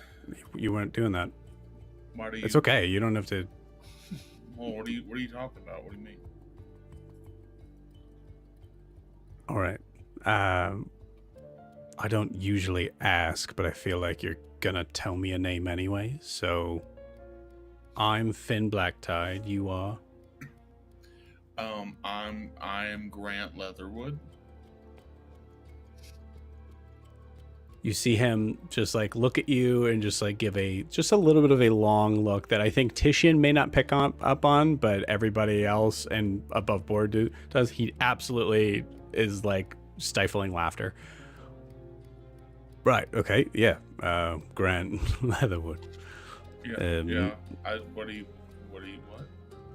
I am smiling at you because I'm trying to be welcoming and sociable. Again, gang, you don't need to tell me anything, but if you'd like to spend the night here, there's cots, they're not much, and then we have some soup. I might have to put a little more water in it, but Also, I have no idea where. Oh, never mind. There's only really 2 places it could be. Here, feel free to just get settled in. And if there's anything you need, I probably don't have it, but feel free to ask anyway. Could I ask, what is this place? This is the spire, the sea glass spire. Right, you said that, but what is Yeah. it? It's a lighthouse for helping other ships come in during the night, so they don't crash into our shores. But also, it is in a way, it's kind of a place of worship for those who are interested in following Umberlee. Do you know who Umberlee is? Do I know who? I assume I've heard of I Umberlee. know. You absolutely have heard of Umberlee. Like, Yeah. Adim absolutely heard of Umberlee. Right. I'm like, even Jack knows who it is, so I'm hoping Adim does. Adim nods, and then he goes to the cot that's closest to the stairs. All right, yeah. Well, just in case, I'm sorry. I guess if you didn't know,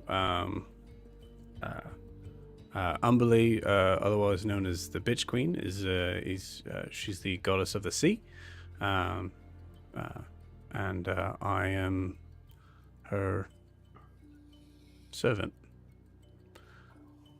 more or less. Oh, buddy, are you all right? As you see, Ewolf kind of fades to is fading to the side a little bit. You're not really sure how much of this is like pain, and also he's exhausted.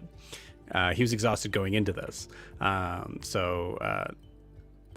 Okay, all right. And you see and he grabs him and they kind of like lays him down. Okay, all right. Well, let's get your feet up there. Okay, you sleep it off, whatever. Oh, okay. Nope, there's a wound. There's blood there. Are you able to help him at all? Yeah. It looks like most of it's kind of healed up though. Someone else healing him? That's me. I mean, Oh, hi. Hi. Nice work. Thanks. Been doing it a while. I can. He's good for now. I think he just might need to just take some Sleep it off. rest. But I can.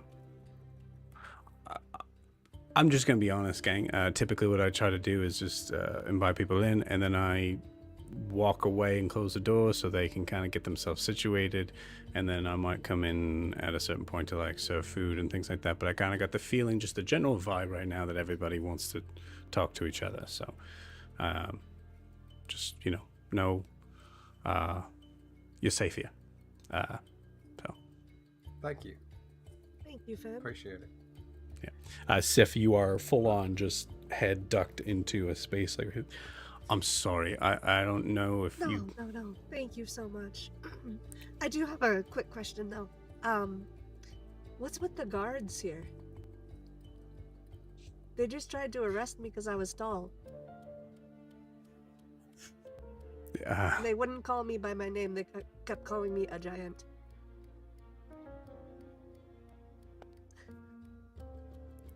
He said,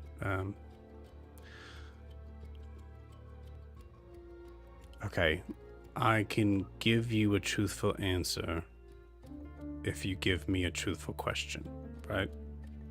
Yeah. So I don't think they were. I can tell that something of what you said was not true. I don't know what it is. And if you'd Wow. rather just not have the conversation, we can do that too. But To be honest, I think I'm being rather truthful because I didn't do anything wrong. They just kept calling me the giant and blaming me for a fight that I didn't fully engage in. I actually helped heal them, and then they tried to arrest me for being a giant involved. Okay, so you were involved in a fight. Yes, but I never hurt a Above guard. board, Sif did almost kill the leader. Not of the guards, though. Right, but Sif was involved in the Sif fight. is like, It I wasn't. didn't touch the guards. Why are they being mean to me? That's what Sif is saying. Oh, you're saying I didn't touch the guards. Why are the guards? Yeah. Okay, Yeah, cool. I love yeah. that. Yeah, great. I love that. Okay, cool. Your DM is caught up now. Yeah. Are you? Did Why are they you? being Were so you? mean to me? Were you? Okay. So you were in a fight with. Sorry. Were you in a fight with someone? Yeah, they were Yeah. attacking the guards. You were in a fight with people who were attacking the guards. Yes. Gotcha. So And we one of tried the to local help, gangs. and then they arrested me for trying to help them. Gotcha. Yeah. Yeah. Okay. First up, thank you for clarifying.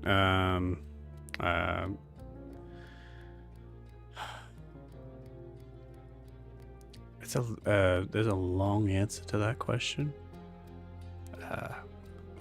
All I can say right now is there's a lot of people who are trying to get things done for whatever reason, and there's many other people who are getting in the way of that for whatever reason, for things that they want to get done, and no one is seeing eye to eye, and absolute power and all that. So who's Okay. actually running the city? Like, who's in Thank you, charge? Finn. My eyes just like glaze over as he starts to go like absolute power and politics and stuff. I'm like, okay. Right. Yeah, I love that. Who's in power in the city?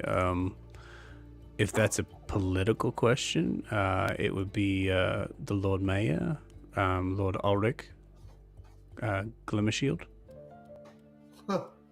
That, Did you say and that Glimmer comes Shield? out of Adim when he hears that. He goes, huh. Oh, okay. So you already Is he related you met Cedric. Yeah. Gotcha. Yeah. Nope. That all makes stands what I say. Cedric is in son, nephew, brother? son. Great. Son. Not his only son, but someone who is the So there's more of them. Also great. yes.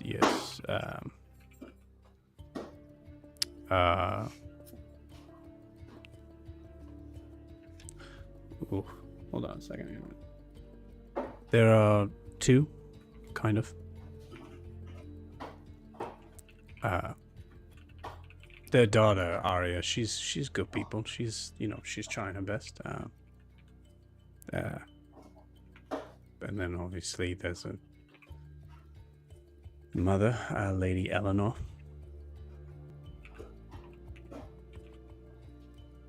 And then Lord Ulrich. So you because I don't want to be repeating a huge amount of information that you might already have. I assume you guys are new here. What gave us away? Well, to be honest with you, like, obviously I'm kind of qualifying a lot of these because I just don't want to, but yeah, it's very clear. Yeah, the Glimmer Shields are definitely one of the biggest families. Again, I had to kind of qualify that question because it's really a toss-up of who is in charge. Some would say the people from the Belly. Some would say any of the members of the gangs that are here. I can tell you for sure that there are rumors that the Compass has more things involved in than they do. I don't think so. There's High Priestess Celine Moonshadow. Basically, anybody that's on the Council of Elders. A lot of people with a lot of ideas for this city.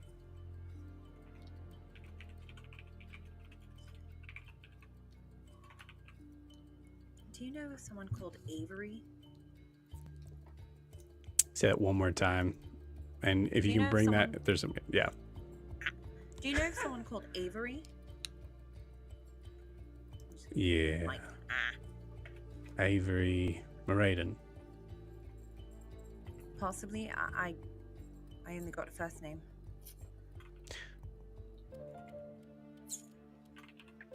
I'm assuming because you don't have a place to stay, this is your first day here? Again, what gave us away? Okay. That's impressive that you ran into Cedric, and also you've gotten so many names already. Yeah, Avery. Did you run into Avery? I don't think so. Just someone who mentioned his name. Right. Okay. And then we stabbed him. I mean, he was stabbed a lot. So I didn't get any more information. Okay. She's starting to get it. Very good. Yeah, Avery. Avery Meriden. Avery Meriden. He is. He's involved in a lot of things in the Heights. The Heights is the area where there's a lot of like all the sort of rich, uppity people of power. So there's a South Heights and a North Heights. But he's in the North Heights, along with where they have the Council of Elders and whatnot. But he's not a great guy.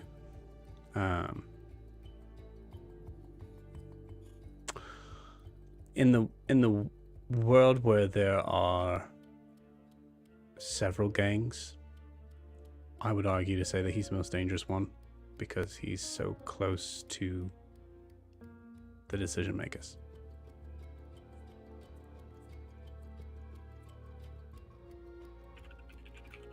Can I ask how far the compass is from here? Oh, With that part of town.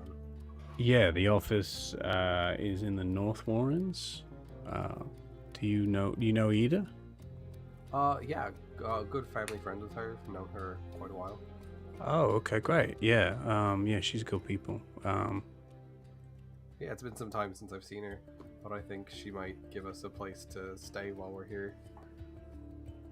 Sure. Yeah, of course. Yeah, I mean, obviously you can stay here as long as you like, but I'm very aware of the decadence of this place. It's not the worst place I've been in. Don't worry. Me neither. Yeah, it's not too far from here. Probably about a half hour. I can give you directions if you like. That'd be great. I'm less familiar here with the dock area than I am up there. Okay.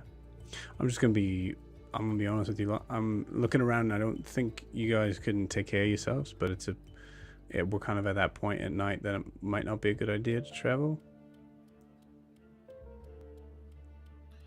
I'd Get probably yourself agree in with that a lot of here. trouble. Yeah. I mean, It's all right. We'll take you up on the offer of shelter for the night. Okay, great. It's much appreciated, as is your time. And sorry about the fog. Just sort of It's trying to okay. buy ourselves some cover. That's all right. Yep. It's crazy to say, but it's not the weirdest way someone's tried to get my attention. So, or tried to. It's not the weirdest thing we've done ever either. If that Yeah. helps at all. Sure. Yeah.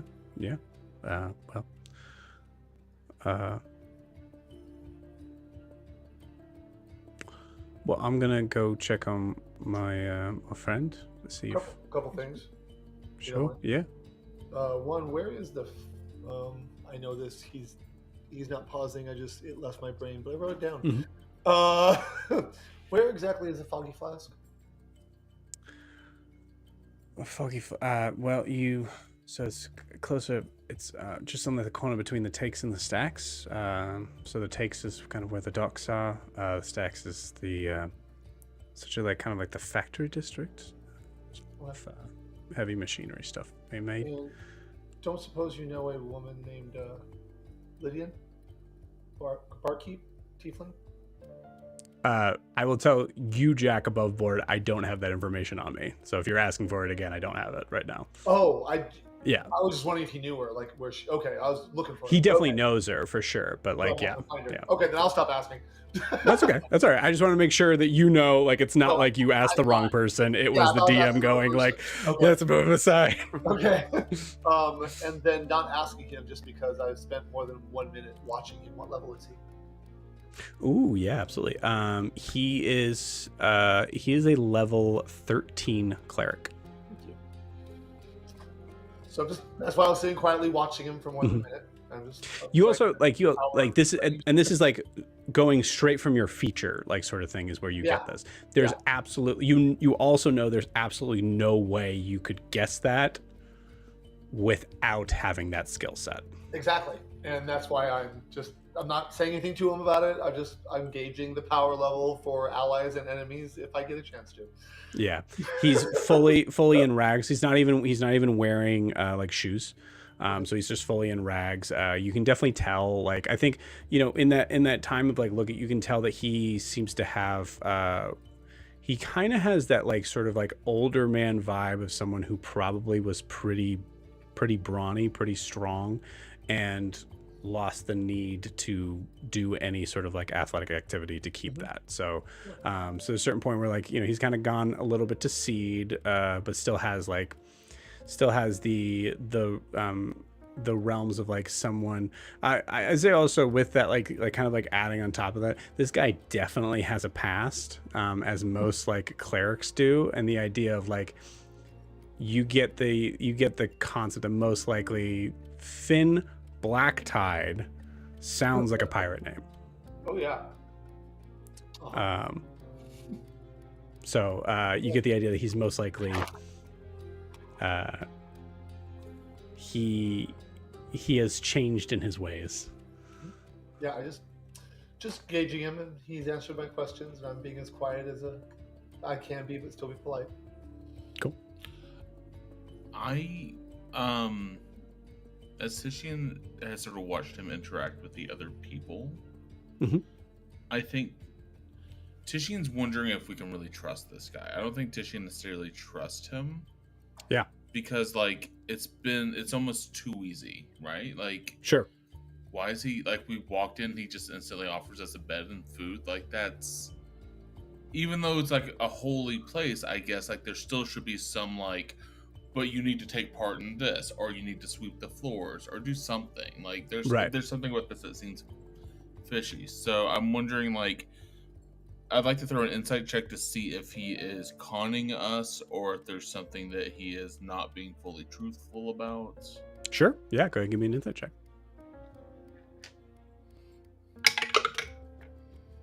Shit, that was all the way back there. That is a 15. 15. With a 15. Sorry, that's a natural 15 for 19. 19. Okay.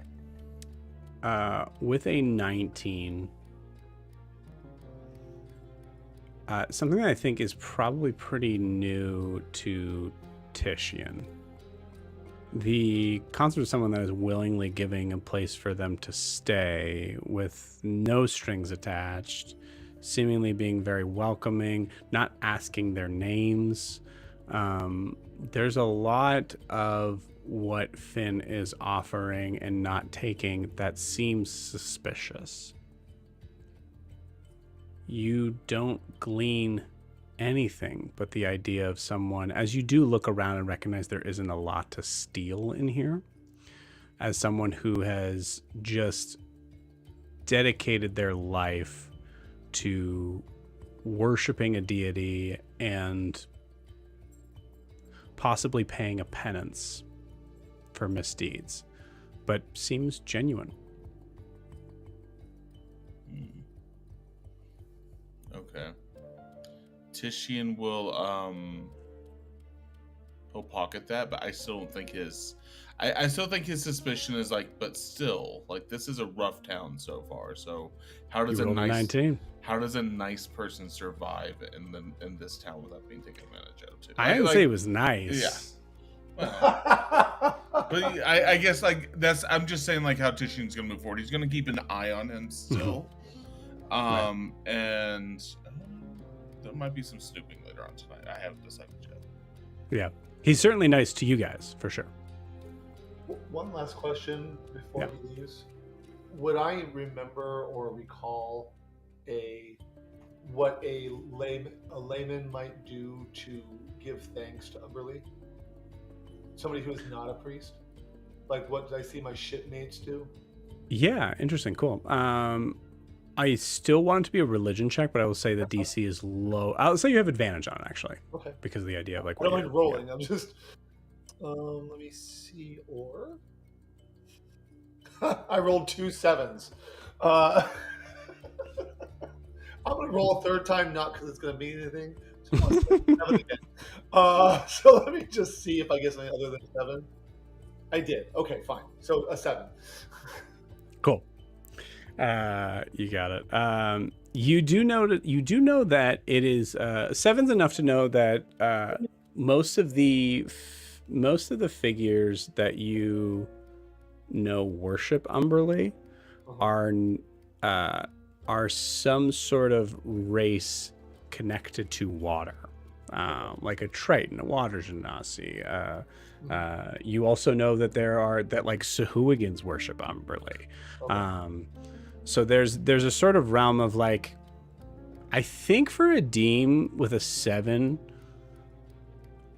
I think a Deem kind of assumed that Umberlee at least represents a questionable sort of level of deity. Okay. Or it's not a questionable level, questionable motive or question. Motive. Yeah, motive's good.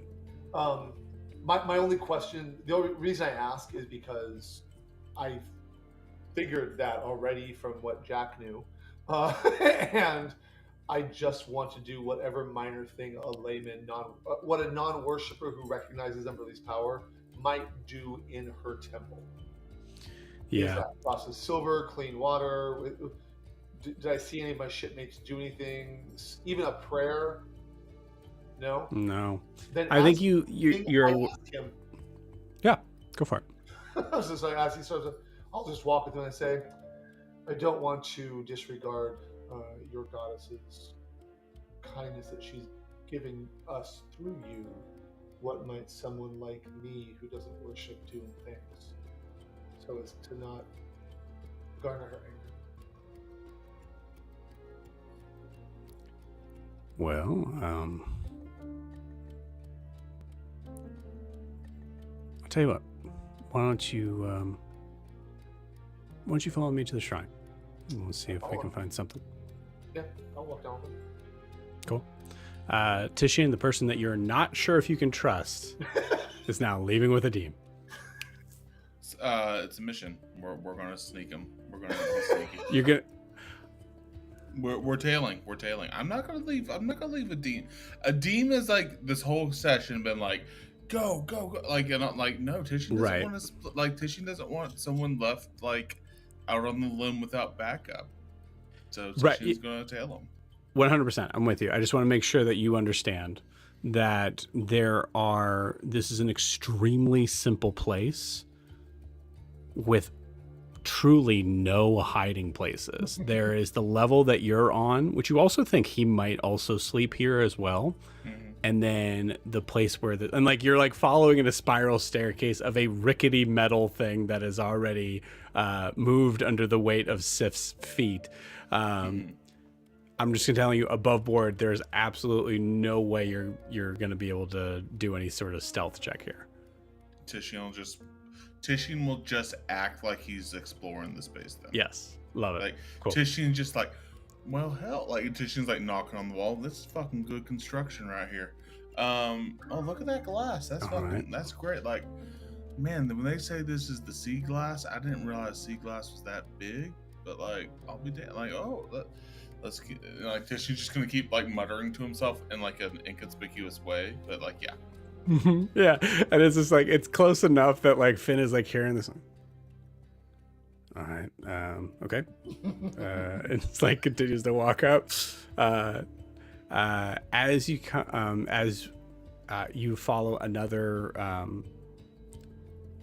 there's a fun sort of like I don't know if fun's the right word, but there's a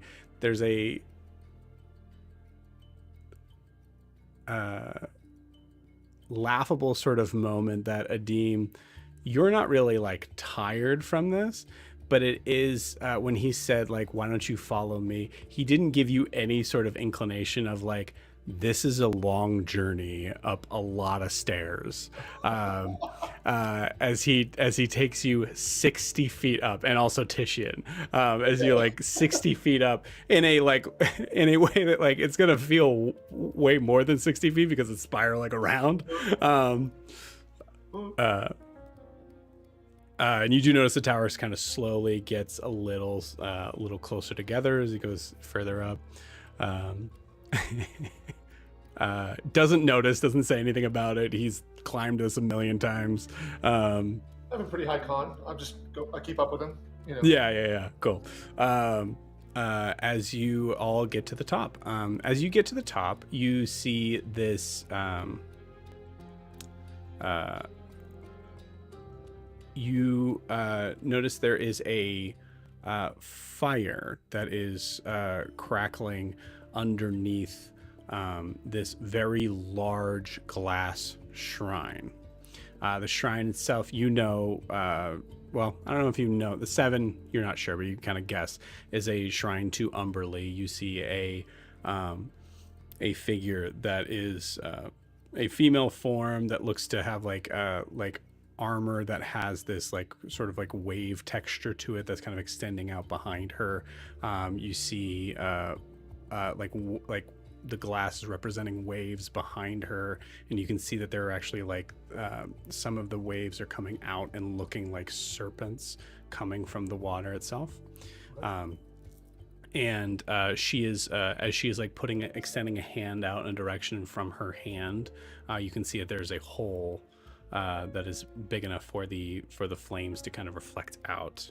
But I will say, as you get further up, you actually see like there has to be magic associated with that for it to be that bright. Okay. And directionally bright. You also see that you are not alone. There is a very large figure who seems to be kneeling in prayer. You see extended horns out. This figure is wearing a green jacket. Looks to be a minotaur. Okay. I will follow Finn, doing my best to not disturb the minotaur in prayer. Mm-hmm. Well, let's see. I'll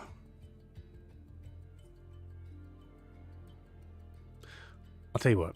I just straight up, I'm not one that really collects followers for Umberlee at all.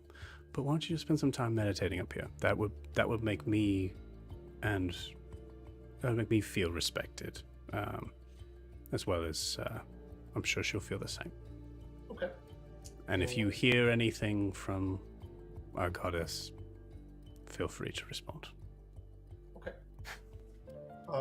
I will, not knowing exactly what to do and usually meditating underwater, so I'm floating.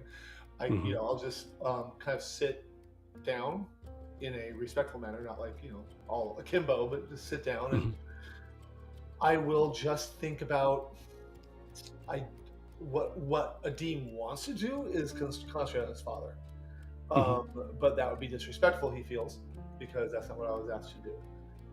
Yeah, he said, for the record, he just said just meditate. He didn't ask you like think about Umberlee. He didn't try to focus. He just said just meditate. I will meditate and focus on my father. Cool. And just water. And I will try to take it at least 2 steps beyond where Adim feels comfortable. Meaning, once Adim's like, okay, that's probably enough, I'm gonna do it more.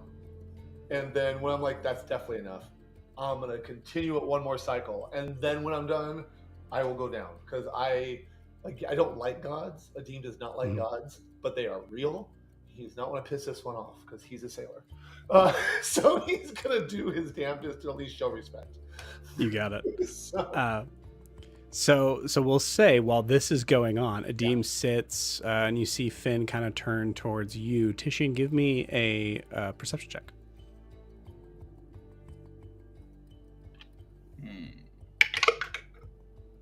Ooh, perception.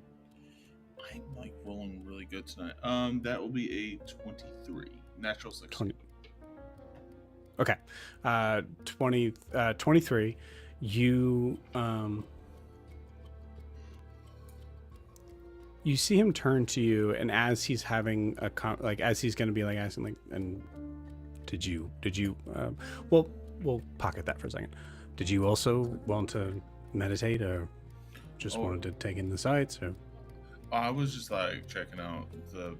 Actually, can I ask you a question? Is that all right? I know that you got bombarded. Yeah, with let's questions. not do it. Let's not do it right in front of the others right now. Yeah. Is there? Oh, you mean meditation? yeah, and yeah, sure, yeah, we can. I was. You just kind of move to the other side. Like you move. Like this is actually a rather large room with the shrine. The shrine itself is. I didn't specify this. The shrine itself is about maybe 20 feet wide, about 20 feet tall, 20 by 20. Yeah. No, I mean I was just Yeah. So- What can I help you with? Yeah. So what was the name of your god again? Umberly. Umberly, but didn't you call her like something else earlier on or something? She's known colloquially as the bitch queen. Yeah. So I guess my question was like, why do you call your god such horrible things? Like, When Do we you were not- walking up, you were mentioning how these windows are really fucking good. oh yeah, no, they're awesome, and like I just love your architecture. I gotta tell you, like the like set like layout, like most people would stop at 40 feet, but to go the extra 20, brilliant, Mhm. really. It's sort of the same thing like that. It's not a term of disrespect. It's actually there's a whole story that's kind of set up with it that I'd be happy to tell you, but I imagine that you'll just. And he goes into the whole story that I truly as a DM do not have. I'm interested. What was he gonna say? Like, I imagine, like, does he imagine that Titian would not really be interested in the story? Yeah, I think he kind of gets that from you. I think if Titian gets that, if Titian can sense that at all, he's going to intentionally give this guy more attention. Than I like love it. a Deem is like, I'm going to wait and do the cycle like 5 times. Titian's like, I'm making intense eye contact and nodding every 2 words. Cool, Like, you this got it. is, yeah. Give me a deception check. Boy, deception is 4. All right, that is, oh damn. All right, and there it had to end. Nat 1. Cool. Give me as you quickly figure that this is not being. I'm not doing it like hostile, like No. hostility. Yeah. Yeah. I think. Or like give me making fun of him. This is more like you're undercutting me. Like, does that Right. make sense? Yeah. Give me an insight check. This is a separate one. This is something specific. 14. 14. There's a level of him that he is like, to be clear, one of the things that, like, when he says like I didn't think you wanted the whole story, with a 14 you get 2 things. One, it's pretty normal, it seems like, that people who visit here don't want the whole story. So part of it is because just that's how it is with most people. But secondly of it is that with a 14, Titian, you get the idea that this guy is able to read a person better than anyone you've ever seen. Specifically when they're lying. All right. Titian's still going to keep up facades because it's not truly a deception until he calls you out on it. So it's going to be something like he may suspect it, but yeah. Yeah. So he finishes the story, and that's why they call her the bitch queen. That's still, an interesting name for sure. Definitely took me aback earlier, but I appreciate you taking the time to share that with me. I'm not what you would call a religious person. I would say none of the Leatherwoods have like belief systems in place that are based around a deity in person. And Titian's doing like this motion a lot. Doing a lot of this, a lot like sort of, but but it's good that you have like you have this guiding light in your life. Sorry, no pun intended with the lighthouse that we're in right now, but this is very good. I'm happy that you're strong.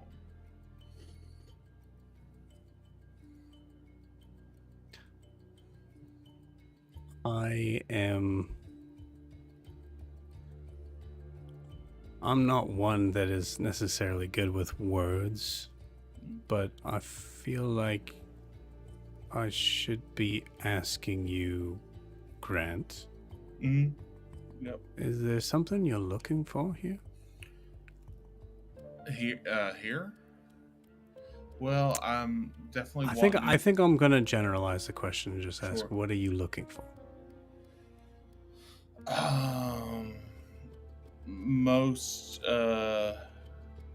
most directly, a nice hat is what I'm looking for. Something just a nice. I need to refresh my outfit in a lot of ways. I think I'm finally at the point in my life where I can pull a hat off, and then maybe just like keep my eyes open for other opportunities here and there. I feel like. Okay. Anything else?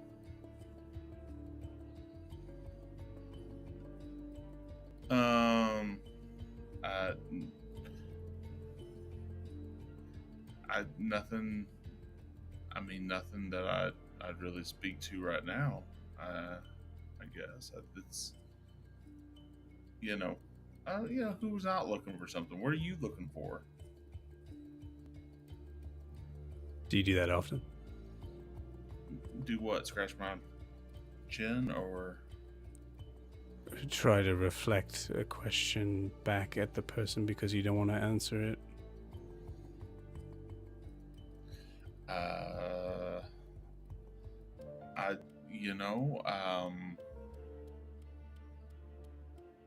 Do you normally reflect reflections back to other people that don't want to answer questions yourself? Yeah, okay, fuck yeah, I do that. That's definitely something I've done a time or two. Shit. I don't know, man. Like, listen, it's a useful tool for getting people to not see inward. And I'm not suggesting that I be the person that you lean on in that.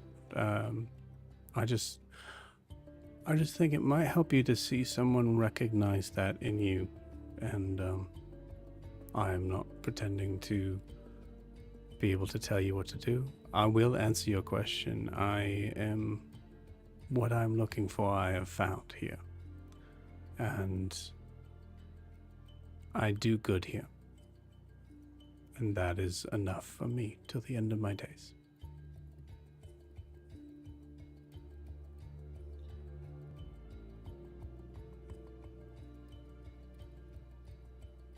do you think it's enough to just do good? Or when do you think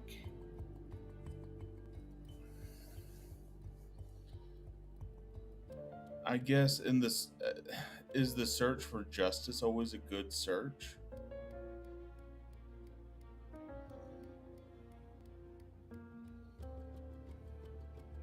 Searching? Yes. Hurting? No. And when those two things mix, I personally believe it's time to go.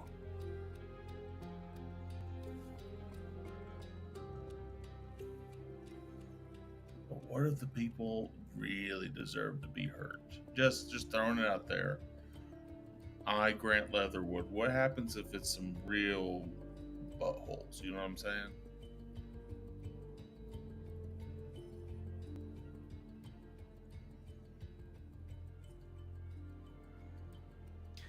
There's a lot of evil in this city, Mr. Leatherwood. I can honestly say there's been days when I asked that very question.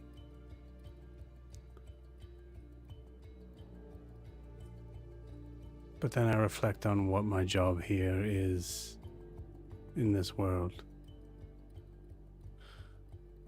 I made a lot of mistakes in my previous life and hurt a lot of people in pursuit of whatever. I found peace, and I found a place for me to be able to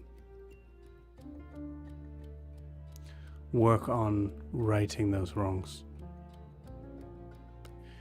And I hope those buttholes, as you put them, find the same.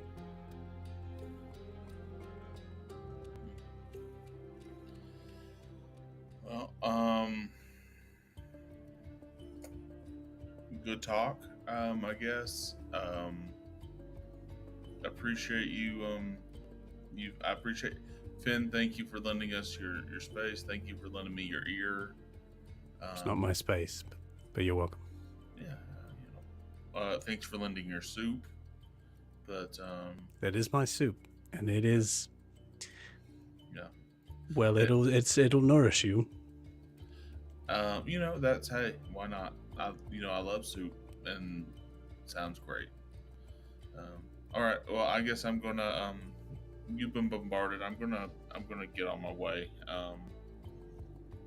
Yeah. All right. Titian, I'd say in this moment you kind of like are. You asked Finn questions that kind of like made him move you to a space that is a little bit away from Adim.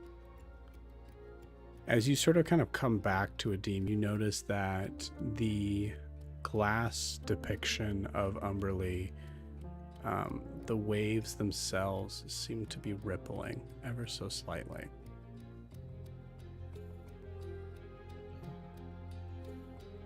Am I still within eyesight of Finn? Mm-hmm.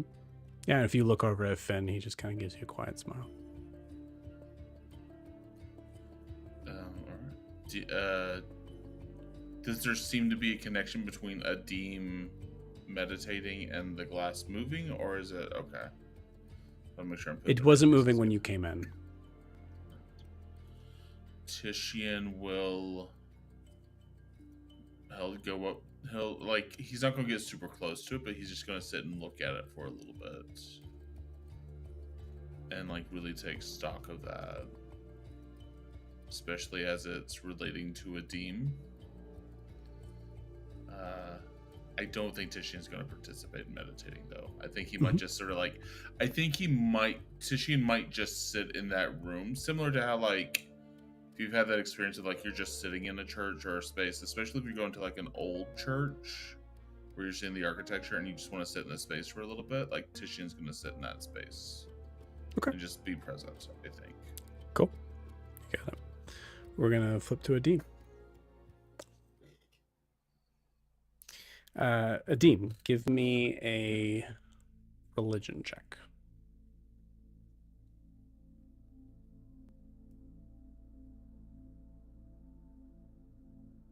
You're muted. Nat 20.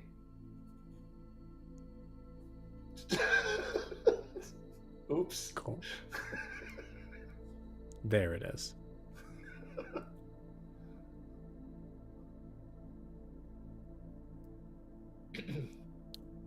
With a nat 20, you try to focus on your father. Do you call out or do you say anything?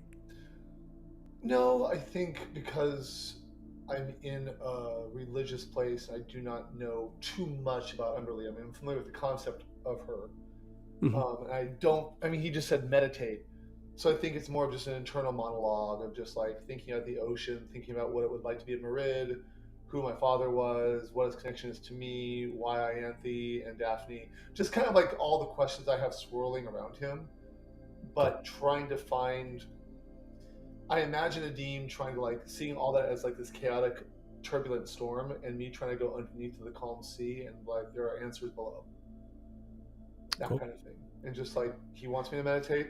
Okay, I'll do that. So all this stuff up here that I'm dealing with, I'm gonna go underwater, where it's peaceful and calm, and I'm just gonna find that peace underneath all that chaos, and just be present with the thoughts of who my father might have been, since I've never met him. So that's kind of Adim's take on. Okay, I'll show Umberly respect by doing that.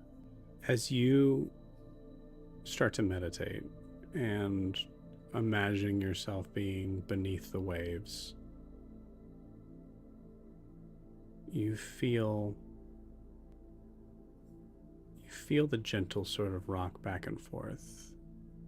You're not sure if it's your body doing it just instinctively, or if you are feeling some sort of presence of being underwater, but at a certain point you feel something kind of brush up against this, like against your arm. Mm-hmm. And I think that snaps your eyes open, and you see that you are no longer on the top of the tower. Okay. You Am are I underwater? You are indeed, yep, I'm going to tell you, you are indeed under the water. You see deep red coral on either side, not sticking out necessarily as brambles as much as just a walls guiding you towards something. You can see anemones on kind of like sticking in and out of the coral, and you see there's like fish that are kind of along that are like kind of moving in and out of them, and you see this I think this kind of like falls into place here. You see a very long green fish, has that kind of like that sort of like extended body out sort of thing, like almost looks like a hot dog sort of thing, but you notice that it seems to share your skin tone. Interesting. As it looks like it was what had brushed up beside you and is like kind of like staring at you, and then moves off and forward out among the walls. Adim trying to not lose whatever form of meditation that gave him the nat 20. Takes a deep breath and he just remembers he is of the sea, and this is his safe space. And I imagine that since I'm now underwater, I'm probably less sitting and more floating in a seated position. So I will move out of the seated position and gently follow that fish. Cool. As you follow, you notice the coral itself goes to a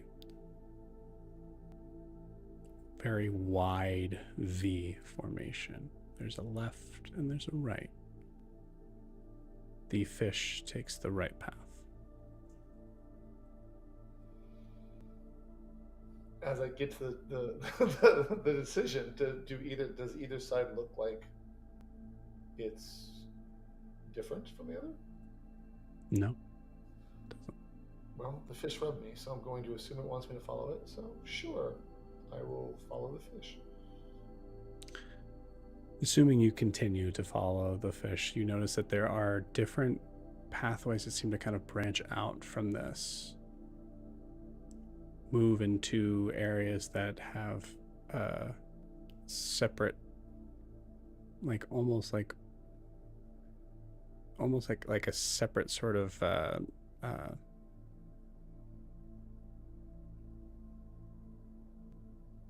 I'll put it this way. I think when you're following, this process takes some time, and you see that the branches off into different spaces. Some seem to go deeper into the water. Some seem to have cave structures formed around it where the coral continues. Others seem to, the coral itself, the walls get taller, and the land itself seems to move uphill. But for you, Oh, okay. it's flat. Huh. All right. Neither deeper nor more shallow. When I pass by a deeper one, Mhm. I pause for a moment just to see if the fish. I don't want the fish to get out of my view. I just pause to see if the fish notices I've paused. Yes. Stops. Looks back at you. I kind of look towards the deeper and then look back at the fish.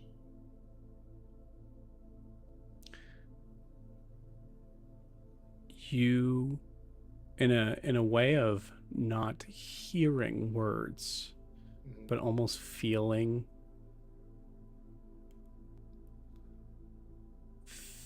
like there's a connection between these fish's very like simple eyes connecting with you. You feel a sentence of, you can choose to branch off if you'd like.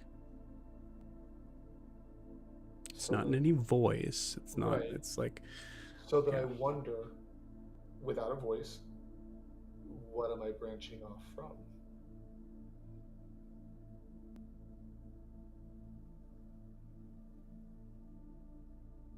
Answers. I follow the fish. So I want answers. So I will nod and then just gently swim towards the fish. Cool. You continue moving in. In your head, you're not really sure how much time is passing. Could be 3 minutes, could be 3 hours. It's impossible to tell in this moment as you continue to see different sort of variations come up. And then you notice that you are stopped into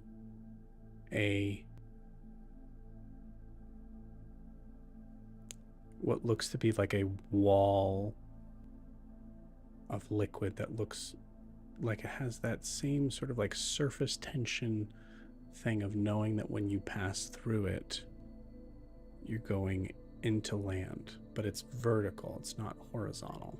Okay. Does the fish go through it? Fish stops and just stays, but doesn't seem to move from that spot. Is there anything else in this location besides the vertical surface? If you're following the fish kind of just takes you to this seemingly like doorway almost. I'll go through. I meant before, as I move towards that vertical surface, I guess think thoughts of gratitude for being led here. And I go through I break that vertical surface. But I try to do it gently because I don't know what's on the other side. So not like in a defensive stance, but I'm not just like dive through and like run my head into a wall or anything. I try to move through gently. As you move through, you feel that space of air, of weight, but only from your head, shoulders, and waist. As you continue to step through, you feel your body moves into essentially like almost like a tide pool where you are just waist deep in water. Around you are pillars of coral, still red. And in front of you stands this figure. Not to spoil the immersion, but in my head I think of like Ahsoka from Star Wars, of this like very blue and green, as the like sort of it's not hair, it's more like tendrils that seem to kind of move all the way back. Very sort of almost elven looking face and its angular features. She is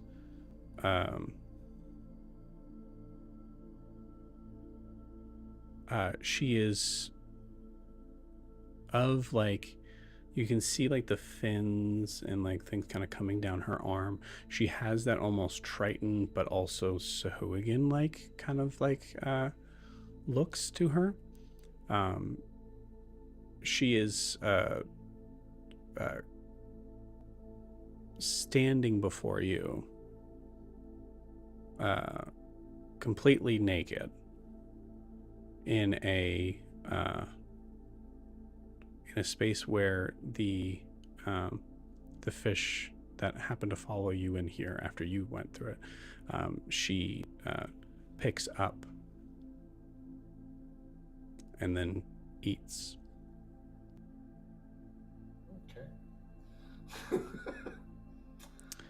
Sounds about right. Okay. So she looks at you. You can see eyes that have no pupils, but it looks like you can see waves kind of like moving in her eyes. She's probably up maybe 20 feet away from you, but when you're looking at her face, it's almost like you're like 5 feet away. okay. I don't say a word. Like, I'm just like, okay, I'm here. Like in my head, like, oh boy. She asks you,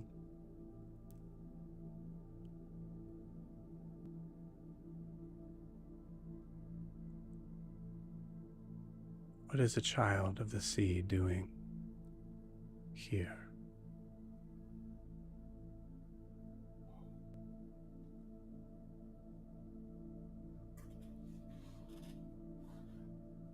So I do take this moment to choose my words carefully.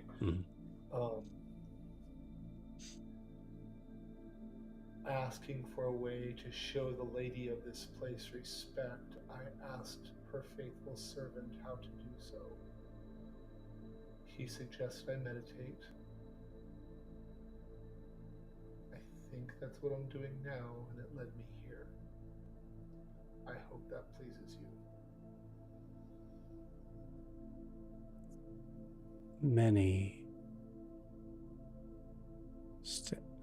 Many sit as you do in reverence, but don't claim counsel with me. There must be something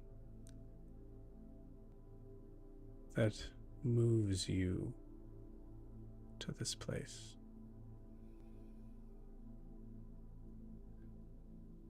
I do have questions about the sea and my place both within it, from it, and leaving it. I did not realize I would be in the presence of one as powerful as you, and I pray I have not disturbed you. But what I was thinking on was my father. I see. Another child of the sea, I assume. My father was a Sharanas, a Marid.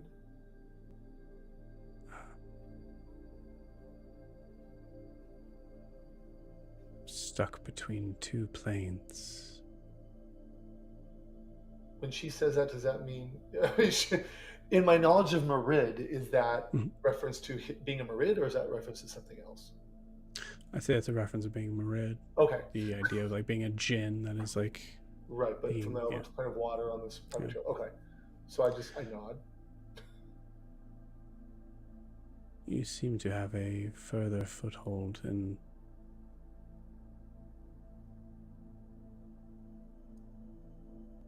the mortal material plane. Talking to your father will only pull you further from it.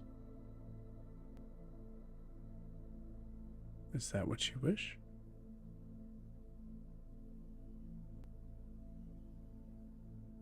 I honestly don't know. There seems to be more afoot with his death and my siblings' existence than we are aware of. I seek answers, but I do not know where they will lead.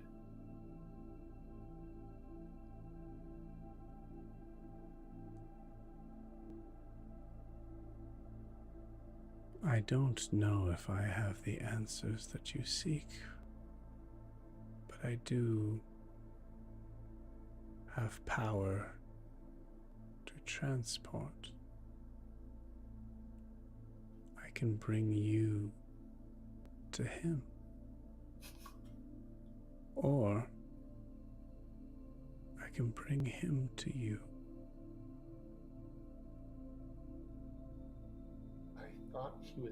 I was told that he was dead.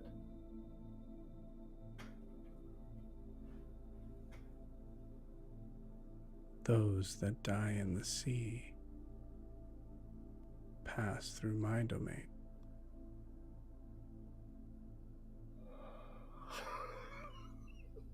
All right. When you say you can bring him to me, do you mean here in this space that we speak in, or where I left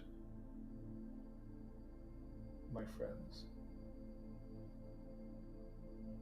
And Adim thinks a moment before he, like I did, like when he says where I left my friends, like he's realizing, yeah, they're friends. Yeah. If there is a plane that is holding him away from you,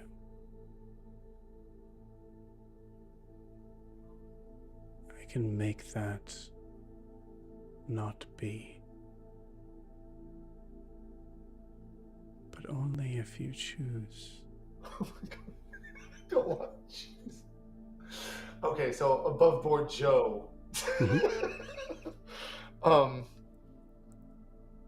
no, you can't tell me. So I can tell you what she means. Okay, that'd be nice. Because I don't want to now you're level 1 warlock. I don't want to play that game. Yeah. Nothing like that. What she's asking, and I'll say like in the simplest sort of form, do you want me to bring him back?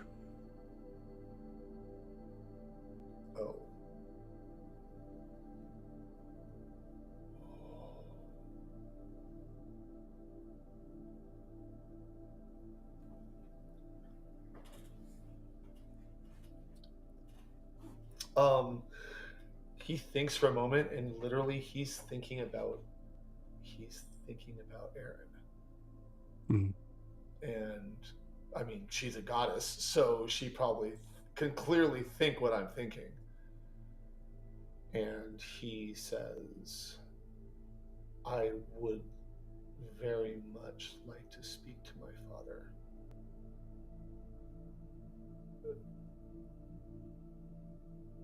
But mortals such as myself do not seem to do well making deals with gods. I fear the consequences of accepting your kind offer. To be beholden to one such as you, I think, would be beyond my means.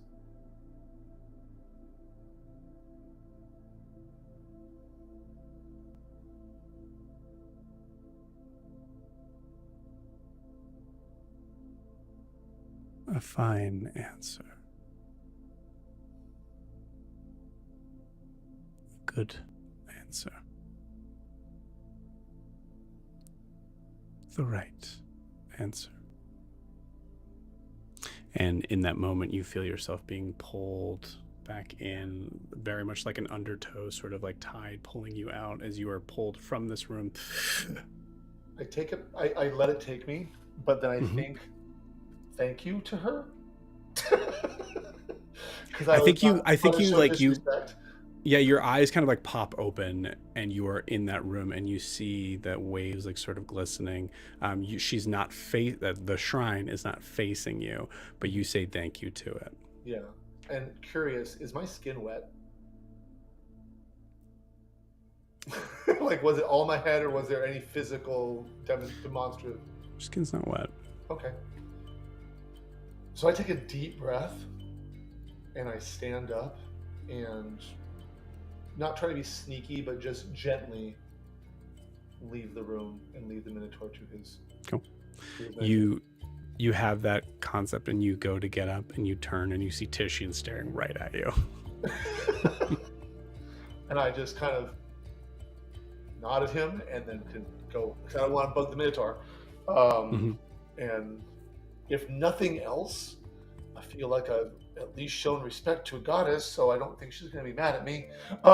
So I will go downstairs as quietly as reasonable, without trying to be sneaky or overly done.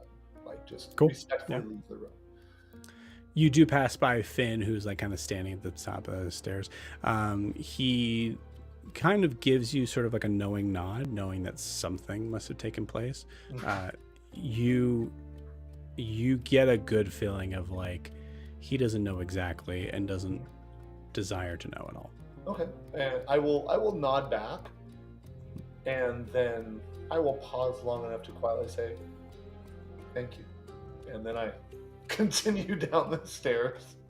He just smiles and nods. Once we get what I feel is far enough down the stairs so that we wouldn't disturb the Minotaur, I will. Titian, were you also meditating, or? No, I was just sitting for a bit. I hope you had a good experience. And if you were there watching over me, thank you. Yeah. Did you have a good time? I think I spoke with Umberly. Oh. I think. You talked to the god. I think so. And I need to talk to Ianthe. All right, I think with that, as you guys are walking the stairs, because it's a little bit of a journey, and a lot has happened during that time too. Ianthe, Green, and Sif, anything you guys want to do during that time? Or RP in that time? Alyssa's here. Danzig is also here. Ewolf is here. Oh, I totally forgot about Danzig. Oh, yep. As a DM, there's multiple sort of points with Danzig being around where I'm like, there's just no way to like, you guys wouldn't be able to get anything done if I just keep giving you NPCs that have to react to this three-headed dog.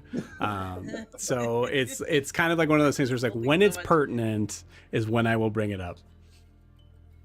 Fair. I think other than just talking about what our plans are going to be, like I've got nothing. Okay. But that can also wait for everybody to be around. Yep. Sif? I'm just disappointed in this place. I thought this was going to be fun. Now I don't even know if I'll get to walk around the city. I mean, it's nighttime. We've got the daytime to kill. Do you think it's better with more people? I mean, we could always just, fight them if they try to stop us again. We could have taken Maybe when we're rested, yeah. It's possible, but... That's what happens when you let them get away. That's what happens. You hear... I don't know if that's the lesson I want to take away from this.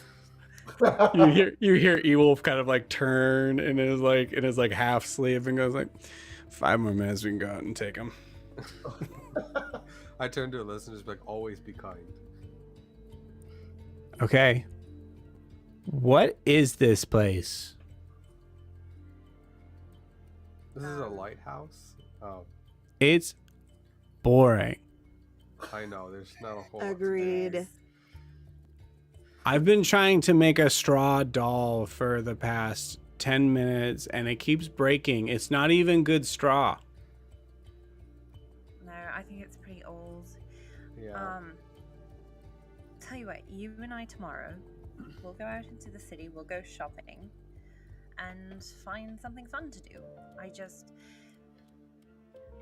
The city sort of shuts down at night, and the people who are around are not the sort of people that we want to talk to or interact with. So, I'm sorry, but it has to be boring tonight. You mean we're staying here? Just Just tonight? And she slams her head down into the soft straw. I'd rather boring than in danger. At least for now. Whatever.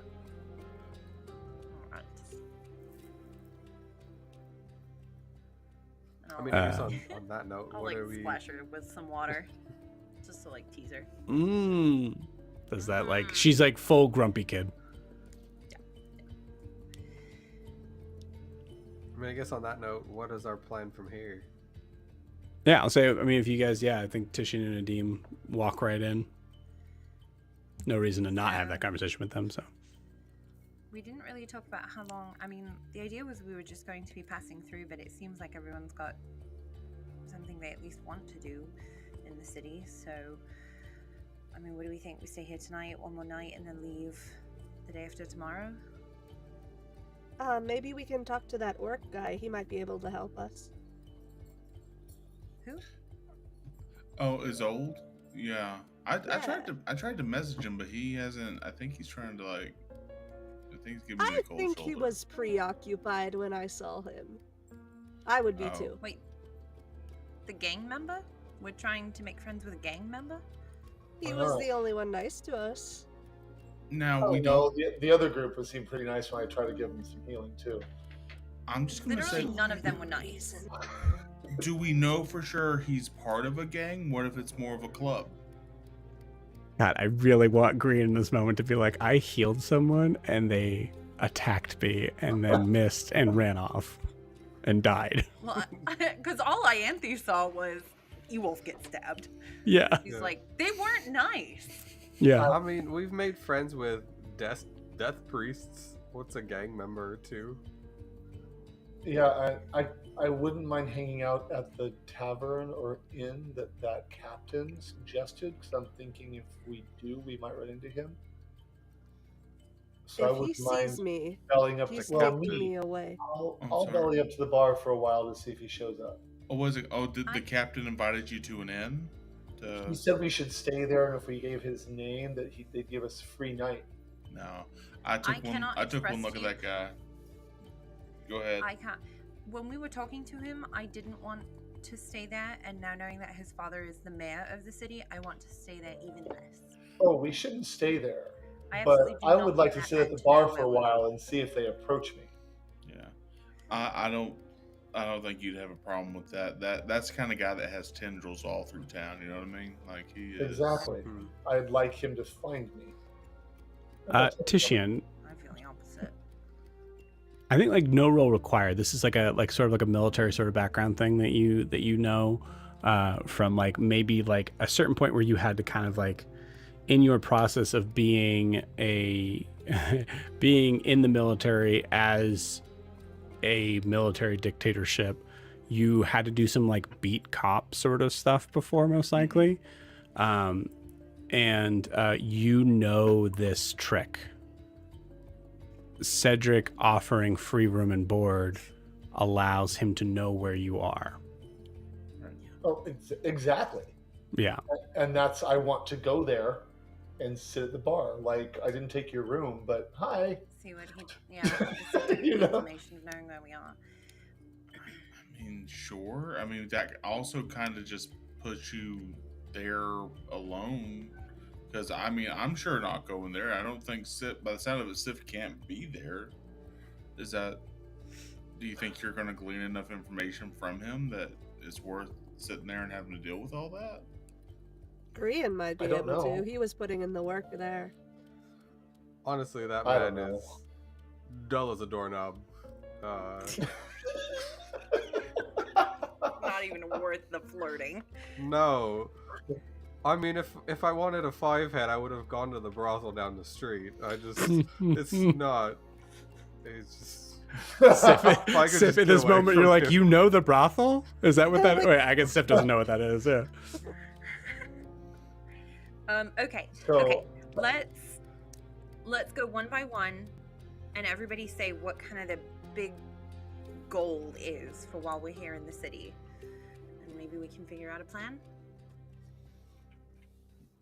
Sure. Titian, what I'll do go you want last. to do? I'm writing these down. Sure. I'd like to get a hat, and by hat I Titian mean wants a hat. yeah. Well, no, no, hold on. I want to get more. I think if we're gonna be traveling around Amaya, I need some sort of disguise of some sort. Okay. Like I can't just be. I mean, I know I look different. Like I have markings on me now. I'm not wearing my armor anymore.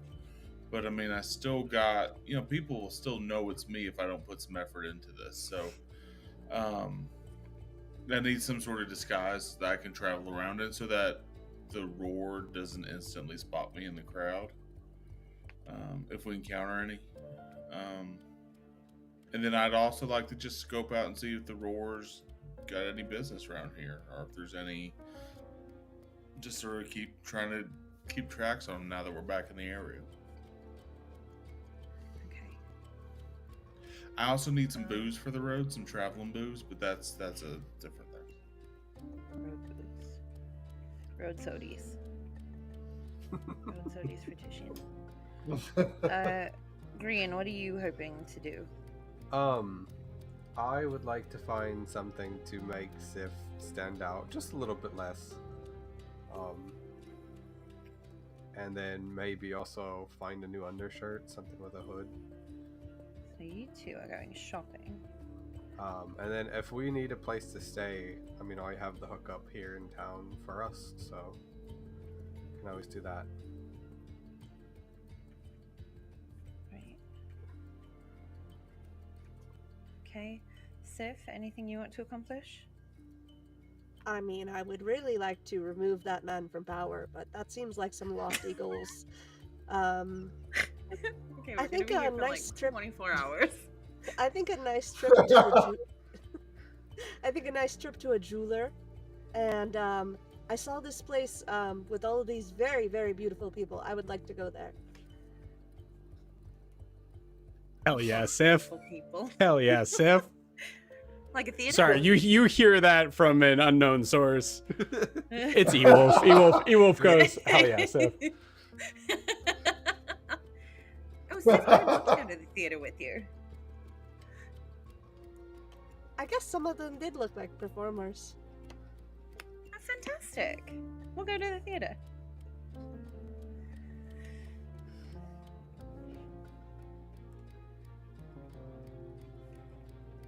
That's not what I'm writing down, but that's fine.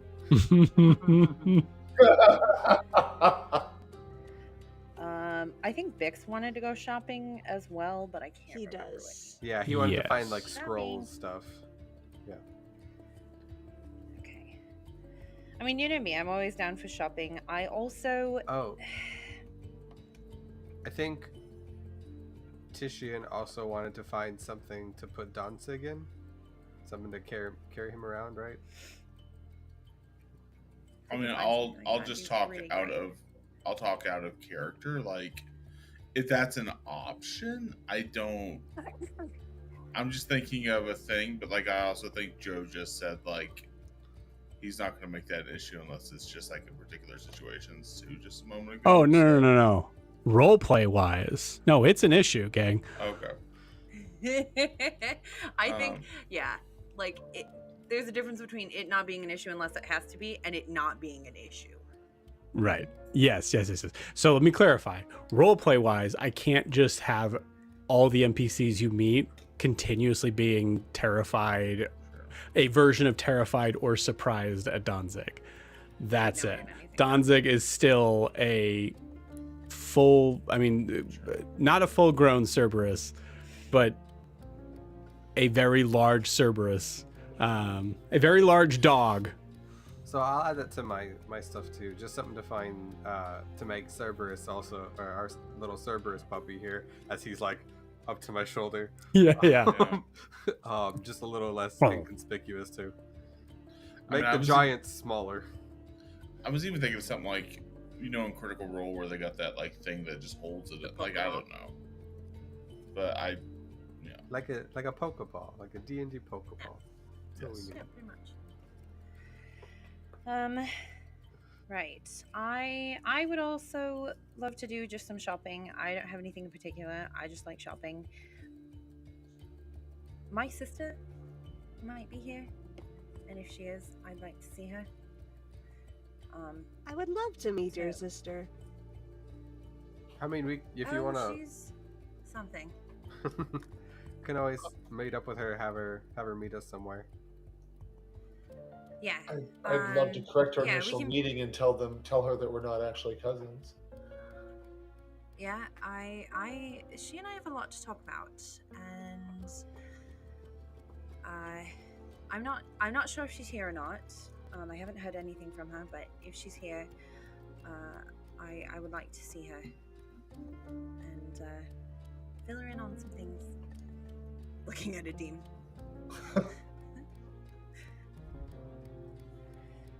Adim, what are you looking to do? Well, speaking of things, aside from a pub crawl, which I would like to That's a good do, idea. Pub crawl and the theater. I don't really have too much in town that I would like to do. Side note to Joe, except maybe find Lydian when you know where she is. And if you don't, like next meeting. So I say I have a friend here who I used to drink at her bar when I came into town. So it'd be nice to find where she is. But I do, since Titian asked, and I feel that Ianthe should know. I think Umberly just offered to bring our father back. What? Yeah, that was kind of my thought. She offered to either take me to him or bring him to me. I declined the offer politely because I told her I didn't want to be beholden to her. But I know that he speaks to me occasionally, so clearly the walls between places are about as solid as the water I swim through. So just thought you should know that I was just made that offer.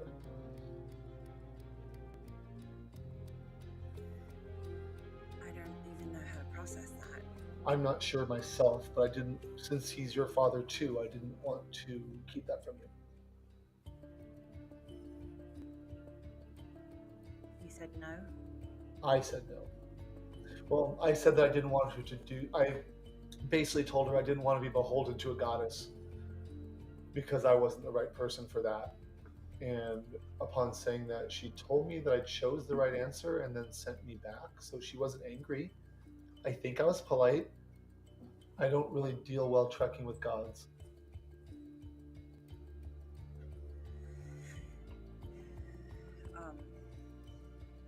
Wow, that's... Plus, there's the whole undead thing. Like when we were fighting those undead dwarves, would she have brought him back the right way?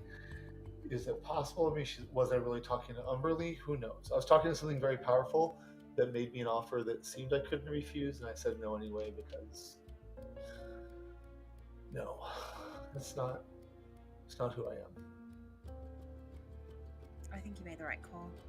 I hope so. I mean, But just so you know, he apparently is somewhere out there that he could be brought back, which makes me wonder if that has some reason why I can still talk to him. I forgot that in character. I don't know that you've been communicating with him too. So I yeah. I guess I didn't realize you were talking to him. I told you that I've seen him and he's not talking as much as like I see his face and he makes motions and I've heard his You did voice. tell me that. Yeah. You did tell me that, but then I was mad at you, so I sort of ignored it. Right? You did tell me that. That's been happening ever since we found the undead dwarves. Yeah. Being very careful not to mention Orjo, by the way. Keeping my promise. On the undead dwarves? Well, I said undead dwarves. I didn't say when we went through Or.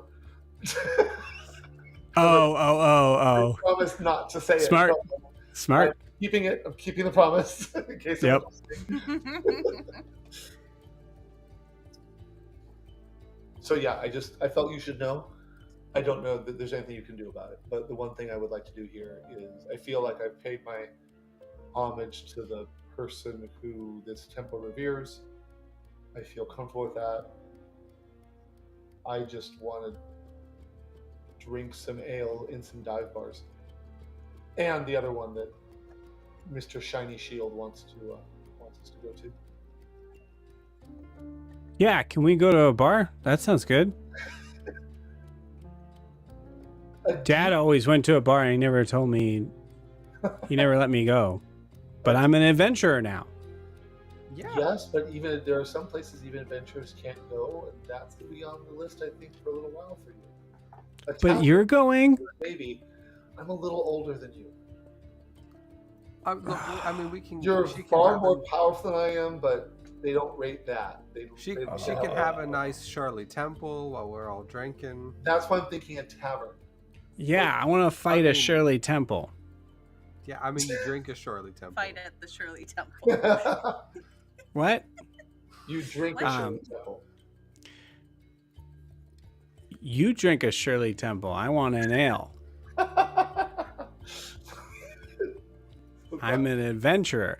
At this point, Jack is imagining a drunk 5-year-old sorcerer. Yeah.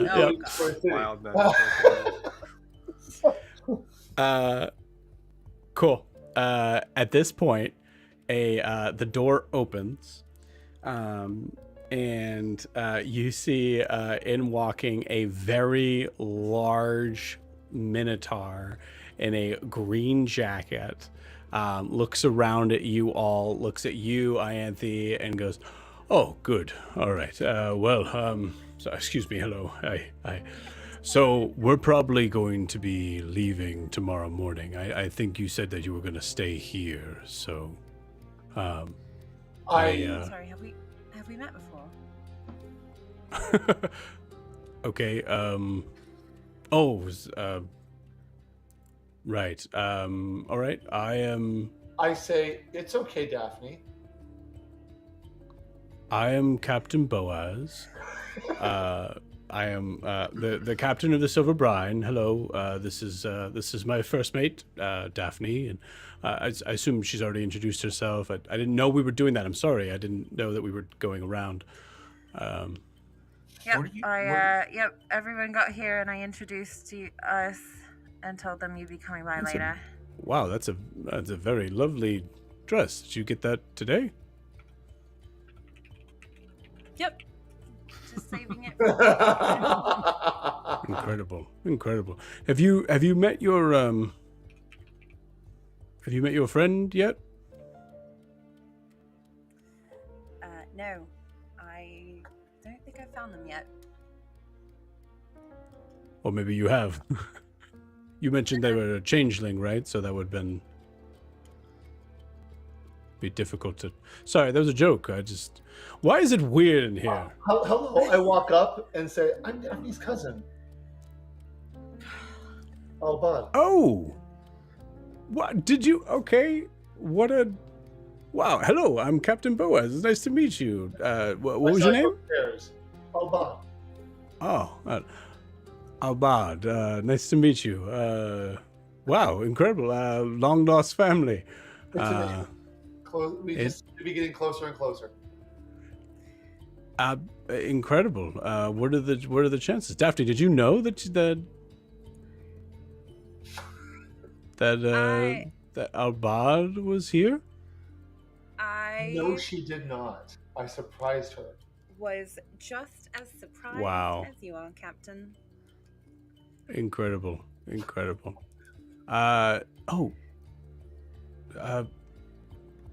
Okay, so you're here. Who's looking out for our small friend? That would be the... She's like racking her brain. Oh god, who she told me about? The one with the cane, I think. Oh, no. Right, they... What are you talking about? They went off separately, remember? And so it was me, you, the little what's his name? The little, like, goblin child-looking I'm thing. gonna point at Bix. This one? No, not. I'm so sorry. Not that one. Like kind of like you, but not. But also not. Just a wild hair. Just doesn't speak common, or maybe any language. Have you this seen guy. any? I think I know who he's talking about. I can't remember the name. Is it the guy? I know. Oh I my know God. what he's talking about. Yeah, so they goes. In character, no one knows Yeah, what he's no. talking No, about. the character. Oh, knows. as, like, I yeah. know. As Is this players, not- we're all like, oh. Yeah. I thought we Was had a goblin. Is this Pest, the goblin that ran in the? No. No, Pest isn't a goblin. That's Like a- truly in character, no one knows who this Oh. is. No. As, well, I mean, Fingers was the one I was really concerned about. Have you seen? I thought you were watching Fingers as Fingers was watching Gutter. That's his name. Yes, I sent them to go run an errand to get some wine. You sent a goblin child who doesn't speak common and a crazed lunatic that has hooks for hands and peg legs on both legs to go get wine. And he's like, I don't know how much longer I can do this. I mean, just because someone's a little disabled doesn't mean they can't be capable of doing. No, things. yeah, That's a little- I sorry, think it's a sorry, little above messed up board. there, yeah. I'm so sorry. My apologies. It is truly nothing to do with his. He's You know, been out in either the way, sun too long. Goose a Everybody little down cooked, you here. mean? Just Everybody in the city cares about looks, it seems. apparently. No, that's not okay. I'm sorry. Okay, I've put myself in another. You're Um, getting a little problematic there, cowboy. If you know what I mean.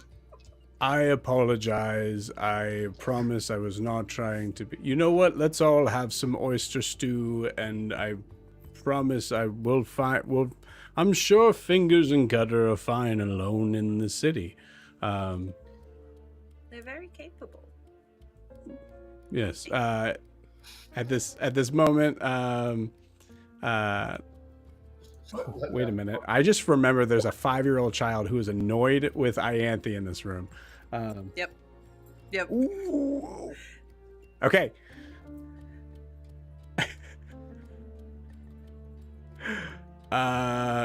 So we'll subtract what I got from the roll. Ianthe, roll me a d20. Oh God.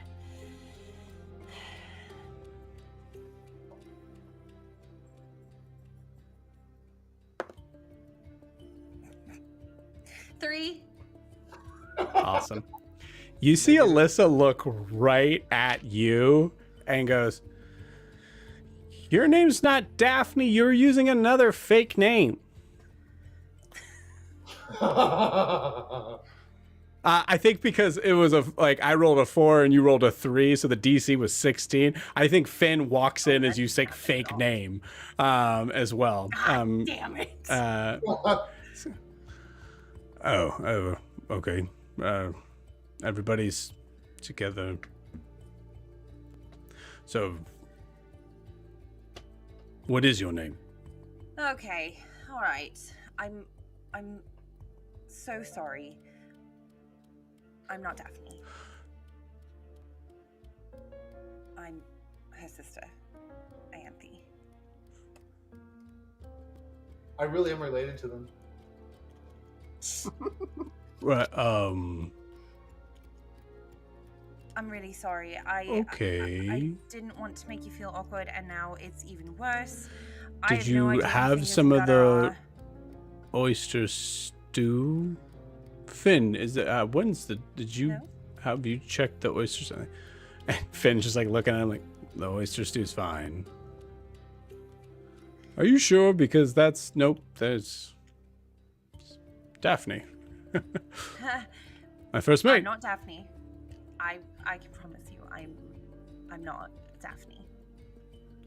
She told you she had a sister, didn't she? She's your first mate. She must have mentioned me. She didn't say anything about me. Well, That would explain the dress. I cannot tell you the last time I saw Daphne wearing a dress. Yeah, yes, I'm so sorry.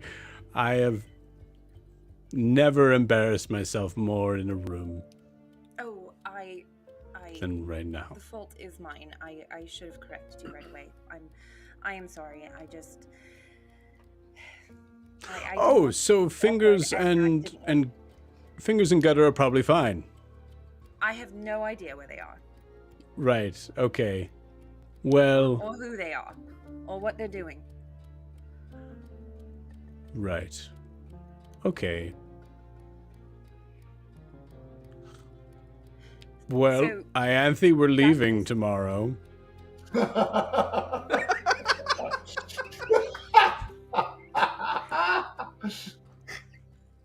So she's Do you here. need? Are you also a good sailor? Maybe. My understanding is Daphne's staying here. So if you or your cousin, brother, Sure. Why would you assume? you said you were related. You know what? That's not a conversation I want to have right now. I Okay. appreciate the offer. I'm afraid I have business elsewhere, and also you don't want me on your ship. I'm not very good. I described fingers to you, right? Yes. Okay. You didn't say if he was good or bad at being a sailor.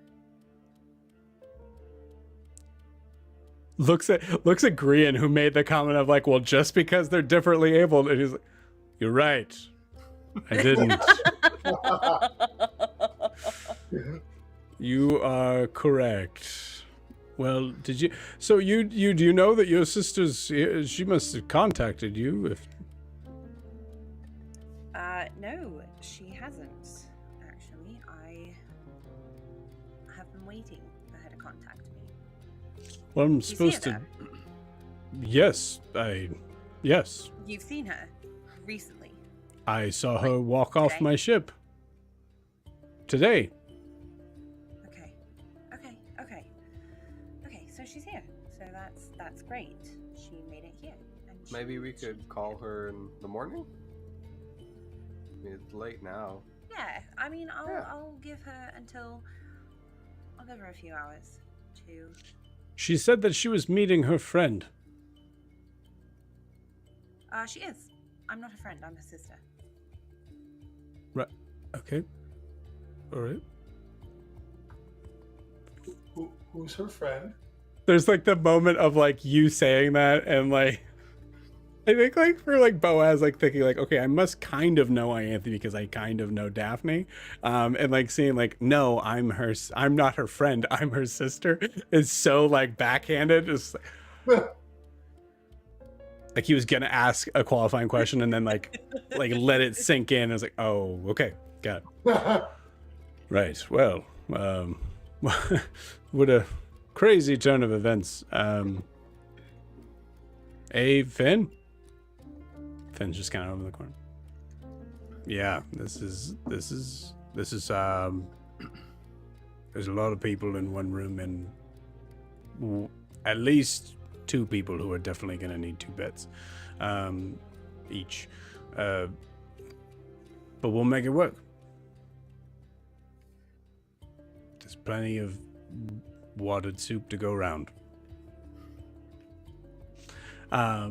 And with that, you all enjoy a oyster stew that has been watered down to almost just water. As there are awkward glances looked back and forth from Boaz and the rest of the crew, and Finn just trying to kind of stay out of whatever is around, as we are going to end this night and also this session. So thank you so much, guys. We'll see you next week. Bye-bye.